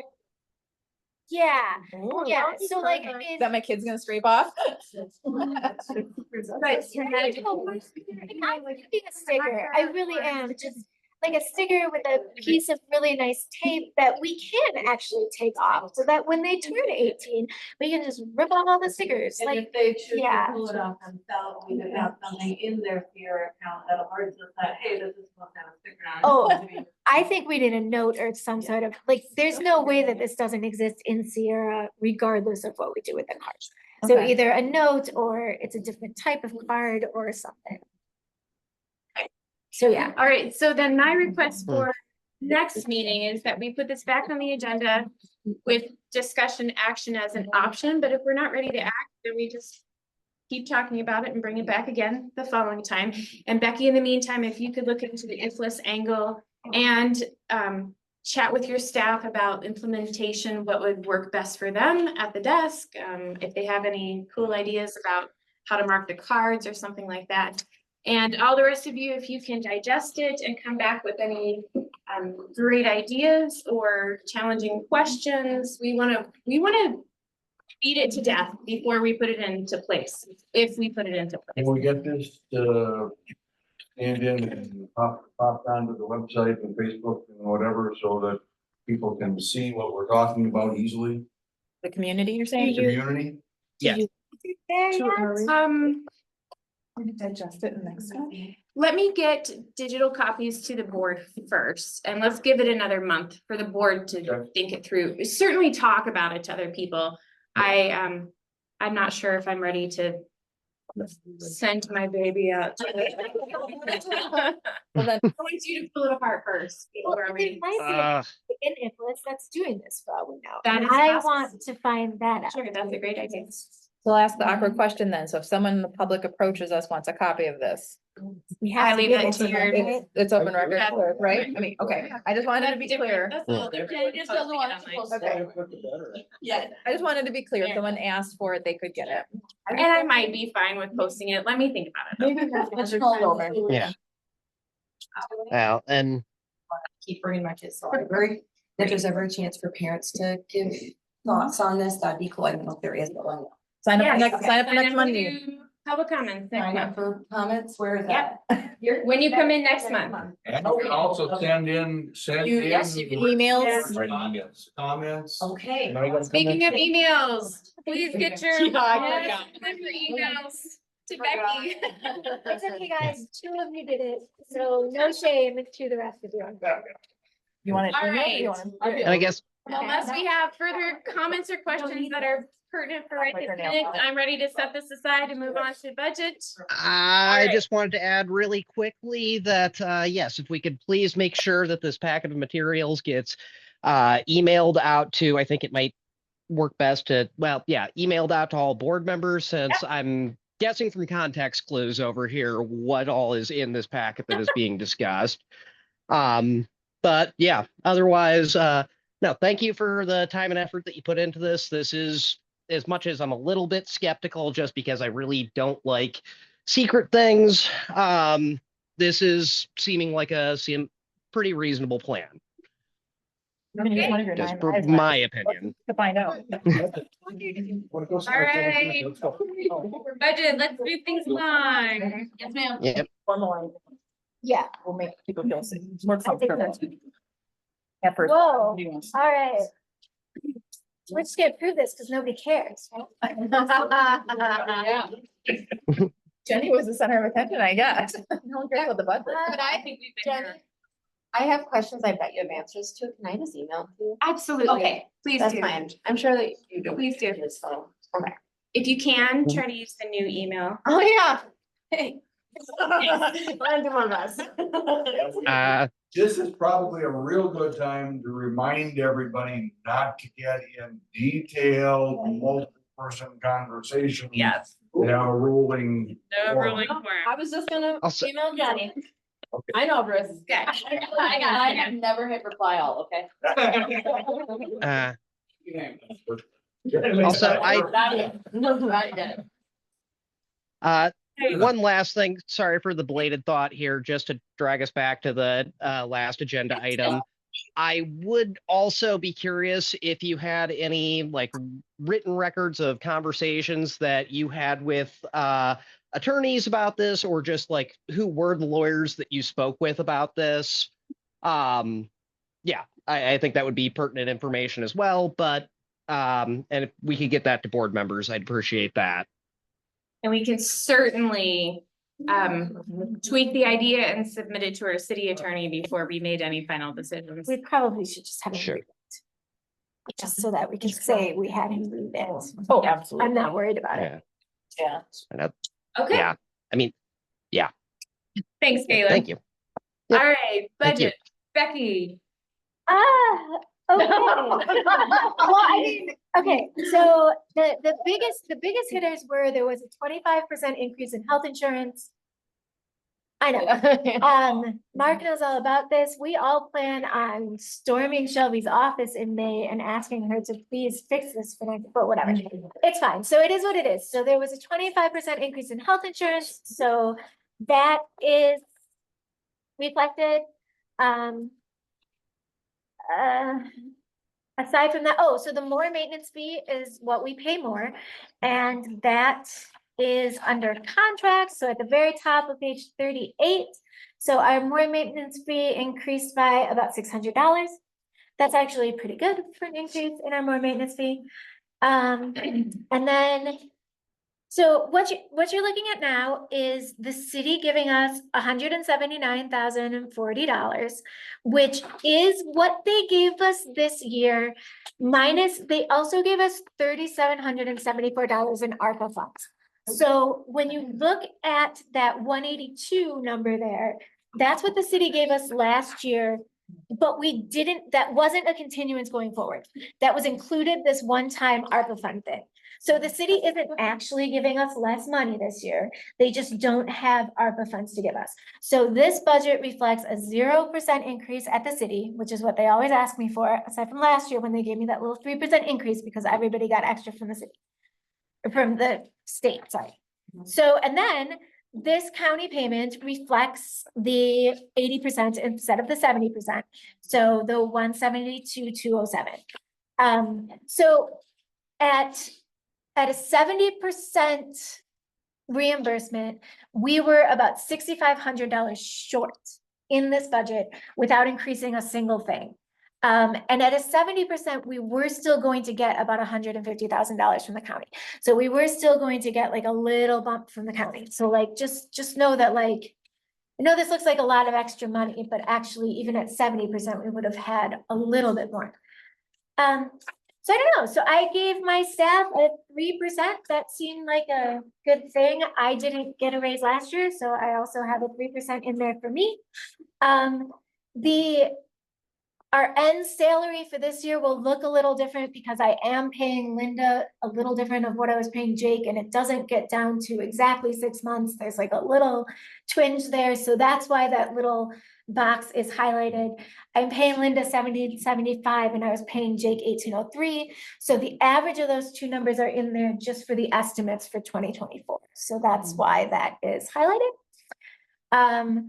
We cover the bonuses, which is our longevity, and that is overruled by the city handbook. We just do that. That's what we have to do. And we also contribute to employees' health savings accounts. Again, we just do those two things. So that is why you see 3 lines of salary. So the first one is just base salary. The second one is with the bonus. And then the third one is with the health savings. I mean, retirement and social security, I think retirement went up like 0.05%. It went up some negligible little amount. Yeah, so that's in here. Shelby has seen this. I do not like giving this to Shelby before you guys have seen it, but the ridiculousness at which I was trying to get numbers together this year because we were waiting on the county and we were waiting on the health insurance means that the city has seen this. That said, you can change anything you want as long as we don't change the city contribution. And I can give the numbers back to Shelby again and it will be fine. So yeah. So I don't know. I mean, I bumped up programming like crazy because everybody wants programming. I bumped up staff development a little bit because staff love going to that. Jody went to a thing a week ago and had a great time talking to other front desk people. I did bump the book budgets up just a teeny bit because it is a library and I know that we're concerned about cutting them.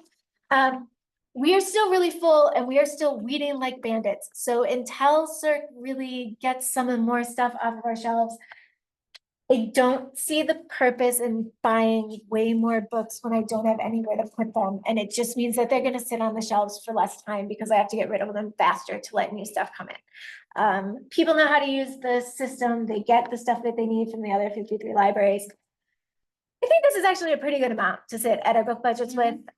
Same with AV. I bumped it up just a little bit with the thought that we kind of depending on where we have more money right now, we're buying those box books. So I've done one order out of regular books and I've done one order out of AV, but the kids really, really like those. So kind of with the thought that if I really can't get kids materials on DVD, which is getting harder and harder and harder and harder to do because it's all streaming, then I can spend this on box books. So yeah, and then You just can spend it on what books? they're speaking books. Box, So, BOX. BOX. So you open it up, you press a button, and it reads to you as you flip the page. So it's like books on tape, not books, like when I was a kid, you had the record player and you know. On page. Can't imagine myself. I did throw just a little bit of money back in there for replacements. That's just money that I don't have to ask for the board from replacements. We have a replacement account at the board as well, but it's kind of nice to take it out of the budget if we can. Yeah, I don't I know. have just one question, Becky. Yeah. Is there anything that we should put in that building project line that isn't related to all of the renovation, make it beautiful, but something like replacing the front door with something that is assisted opening because it's really hard for people to open that door or something like that. Do we need to put money in that line?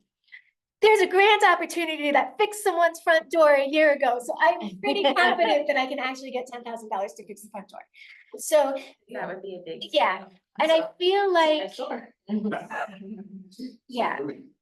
And I guess I don't think that we need to. We can. I mean, we have the board funds set aside at the board level as it is, so if we really wanted to spend something. But honestly, I'm talking to IFLS and we're all looking for grants. John Thompson is pretty confident that I'm not gonna find a grant that's gonna cover the whole thing, which is really disappointing. But I think we're gonna have to do a capital campaign. Oh, what campaign? A capital campaign. Oh, thank you. And I'm not ready to present that yet, with everything else that's fine. But I think we're okay not putting anything in the building project line for this year. What the increase in the county funding will do, even if they fund us at 70% again next year, which I'm hoping that after the fight of getting it up to 80% and with any goodwill that we can create, that it stays at 80%.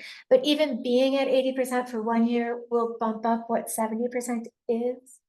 So Sure. before we start putting money aside for other, like, I guess I don't feel like we need to for next year. And let's just see, if the county holds steady at 80% funding, then yes. And at that point, I think we actually need to try to maybe get a capital expenditure fund where we can save some of this money for when like the air conditioner blows and the heater decides that it's not gonna work and the building falls apart. I was gonna say, I think it's a logical thing to do to have some kind of a contingency fund, because it seems to me that we shouldn't be relying on the donor monies for what are real capital contingencies here. And all of the money that the board designated funds have is all donor, book sale, past year's fines. Sure. None of it is taxpayer, tax money. And it would seem to me make sense to put something in here as a contingency fund. Right now, we don't have a mechanism to keep it. So what was happening is, when I started working here, we used to put in like $2,000 for capital expenditures every year. And if we didn't spend it within that year, it just went back to the city. Because if I come in as a. Is that bad? Well, it I mean- changes the formula of our cost per item, which changes our funding down the road. We really should be trying to spend.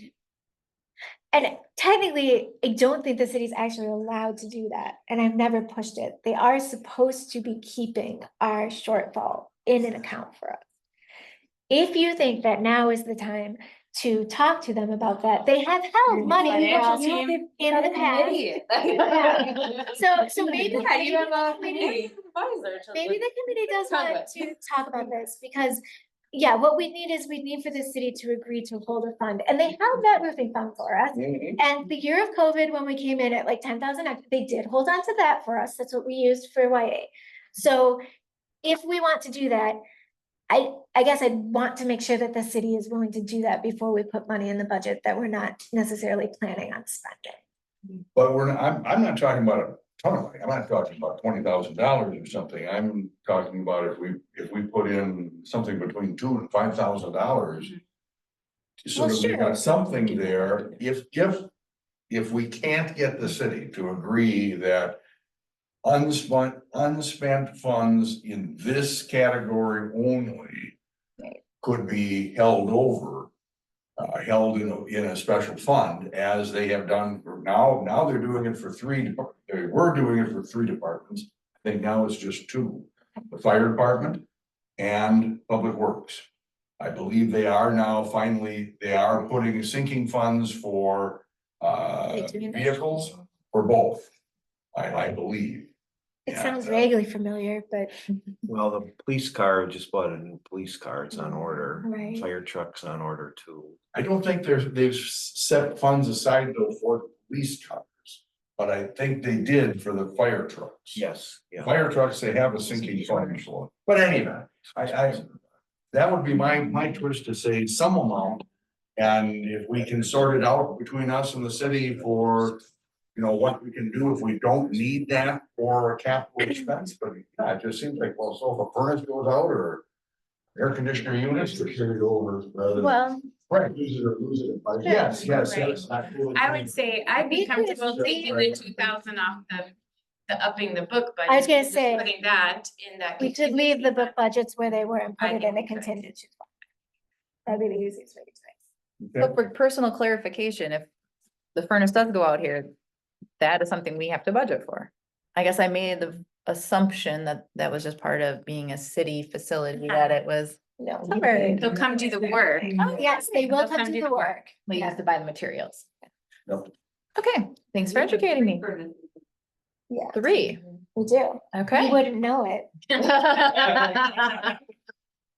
Random. They're there. But otherwise, Becky, thank you very much for your work. The vast majority of it looks excellent to me. From looking at it earlier this week. Becky, Yes. speaking of furnaces, in the first page, Mm-hmm. gas and electric. 1,300 by in 2022, the billing change of sorts to just be combined. What is it?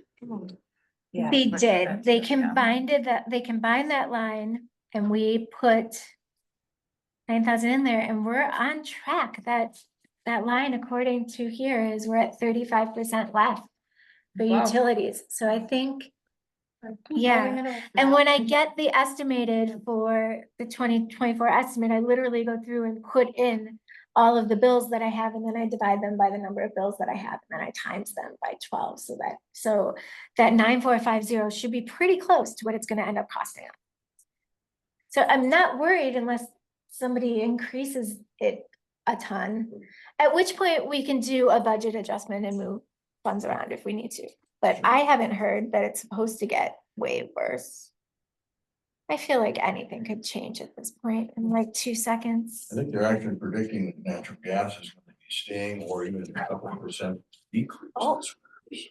Well, there you Good go. things. Yeah, right. What do you want us to do with this? So then I guess I would like you to approve it with the adjustment that we leave the book budgets where they are and we put $2,000 into the building project fund. So that we have that. Can we label it capital contingency? Yes, fund or we something? can That's a great label idea. it, can we just call it the capital fund? No, capital. I think that's what we used to call it way back in the I day. think so. Yeah. Some variation of that, just. But yes, we can call it whatever. I got a we want quick it to. question on the right-hand side of the first page, and then page 7. You're hired, and you there percentage is, so how do you interpolate that, or is it just not in order, but the last time you got a raise was in 2022? No, this is literally when they were hired as a full-time employee. And those numbers are just there so that I can figure out longevity, which is the bonuses. So it's a nice little information for you guys to have. That's when, like Jody actually started working here in 2013, but she went full-time in 2014. And then these numbers, I just match up with the city handbook and figure out how much money I need to add into bonuses. So really, for your purposes, that column doesn't really matter. And then the increase is just the percentage increase of the raise, so that you know. And then for the raise, just out of curiosity, if somebody else, when's the last time you got a raise? The staff got a raise last year. I think, was it 2% last year? 3 comes to mind. It might have been 3. I last got a raise in 2020. That's a good question. And we for- kind of took, I'm sorry, Meredith. Oh, yeah. Took salaries and made a significant bump of a lot of them. And was that 2023 that we did that? Maybe 2022? 2022, I think. Yeah. 2022, because they were considerably low. So we increased them more than a percentage. We just kind of brought them all to an even spot. And since then, we've been just doing percentage increases. Right. Meredith. On the second page where it says property services, I was wondering, it went from 500, but no, technical services, 200, 0, 0, and then 1,000. So since we got extra money from the county, I would really like to replace a couple computers in here and maybe get some nicer newer laptops. So that's what I was thinking. Yeah, I didn't know Yeah. what it entailed. Thank you. That sounds good. So.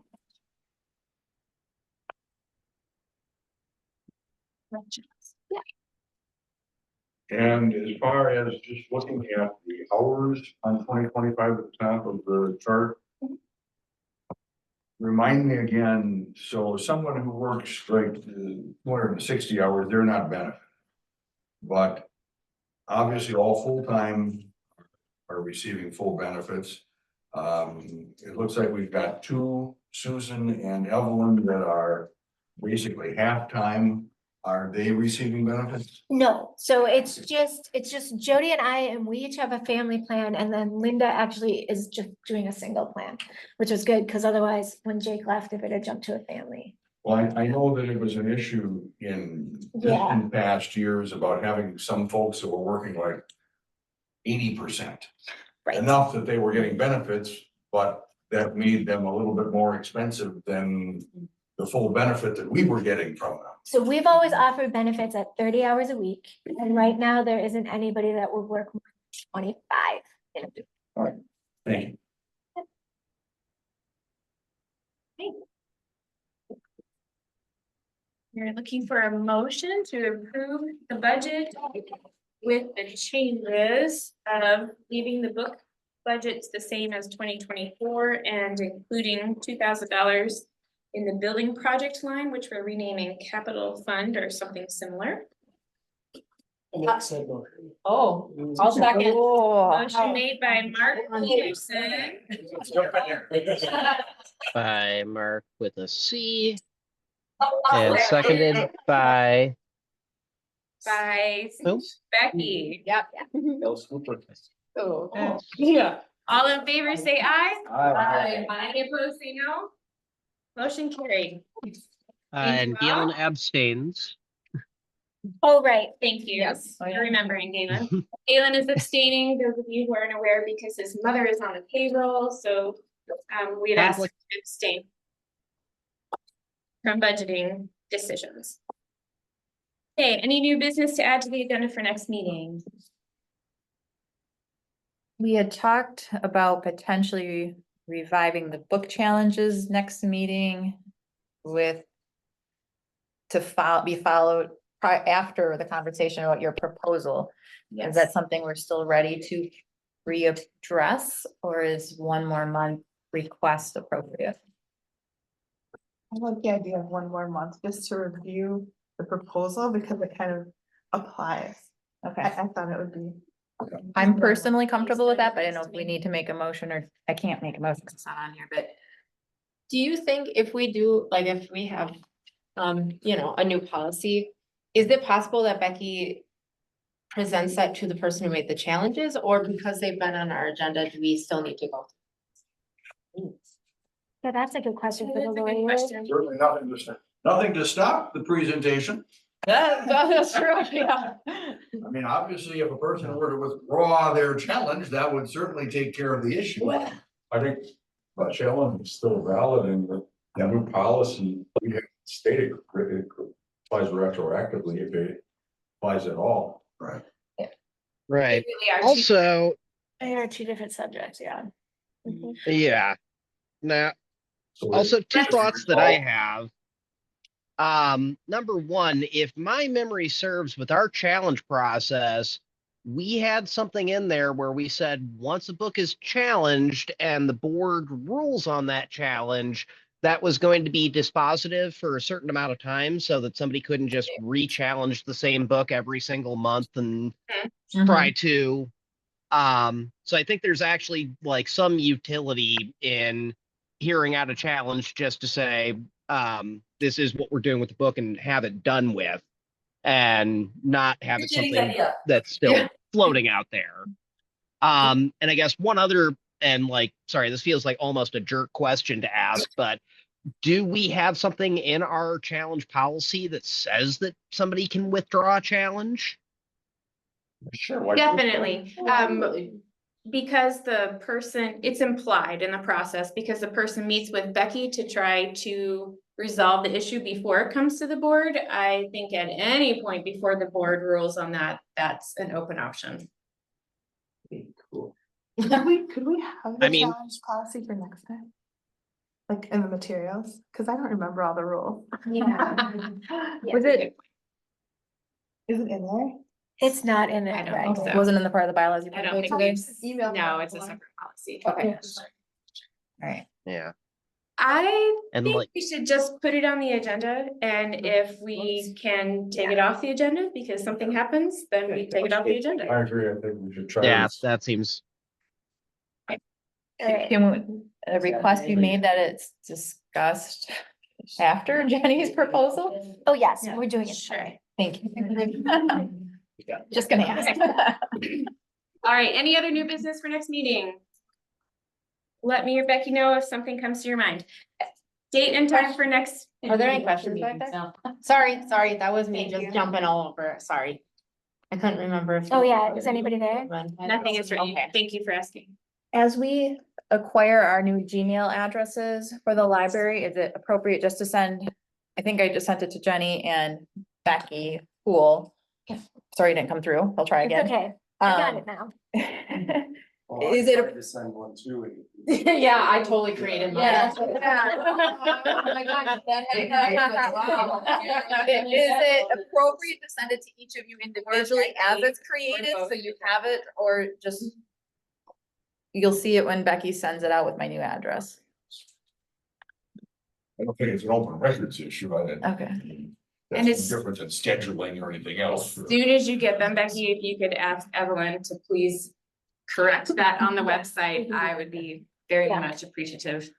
Yeah, we were, You I getting fan thought that we'd have like maybe a batch of like 5 and then I could just send her in there once, but it didn't happen. So we'll, I get it. Come on, people, you can do this. All right, date and time for next meeting. Obviously, we're not gonna meet on Thanksgiving Day. Oh, thank you. so the 21st? That is the Thursday before, I That's the assume. Thursday before. That works for me. All right. Day before deer hunting season, you guys. Well, that means we have to go to bed early, right? So I think we finish can it do up it. quick. Okay, all right, we can do it. 5:30 in the community room, I assume. Hey, I'm looking for a motion to adjourn. I would love to give you that motion. You're fighting over it now. Thank you, online people. Okay, Galen, I'm officially taking that as a motion made by Brittany and a second by Meredith. All in favor, Okay. please say aye. Aye. Any opposed? Motion carried. Meeting is adjourned. You'll be part of. have a good night. Good night, Galen. Thank you all for enduring a long meeting.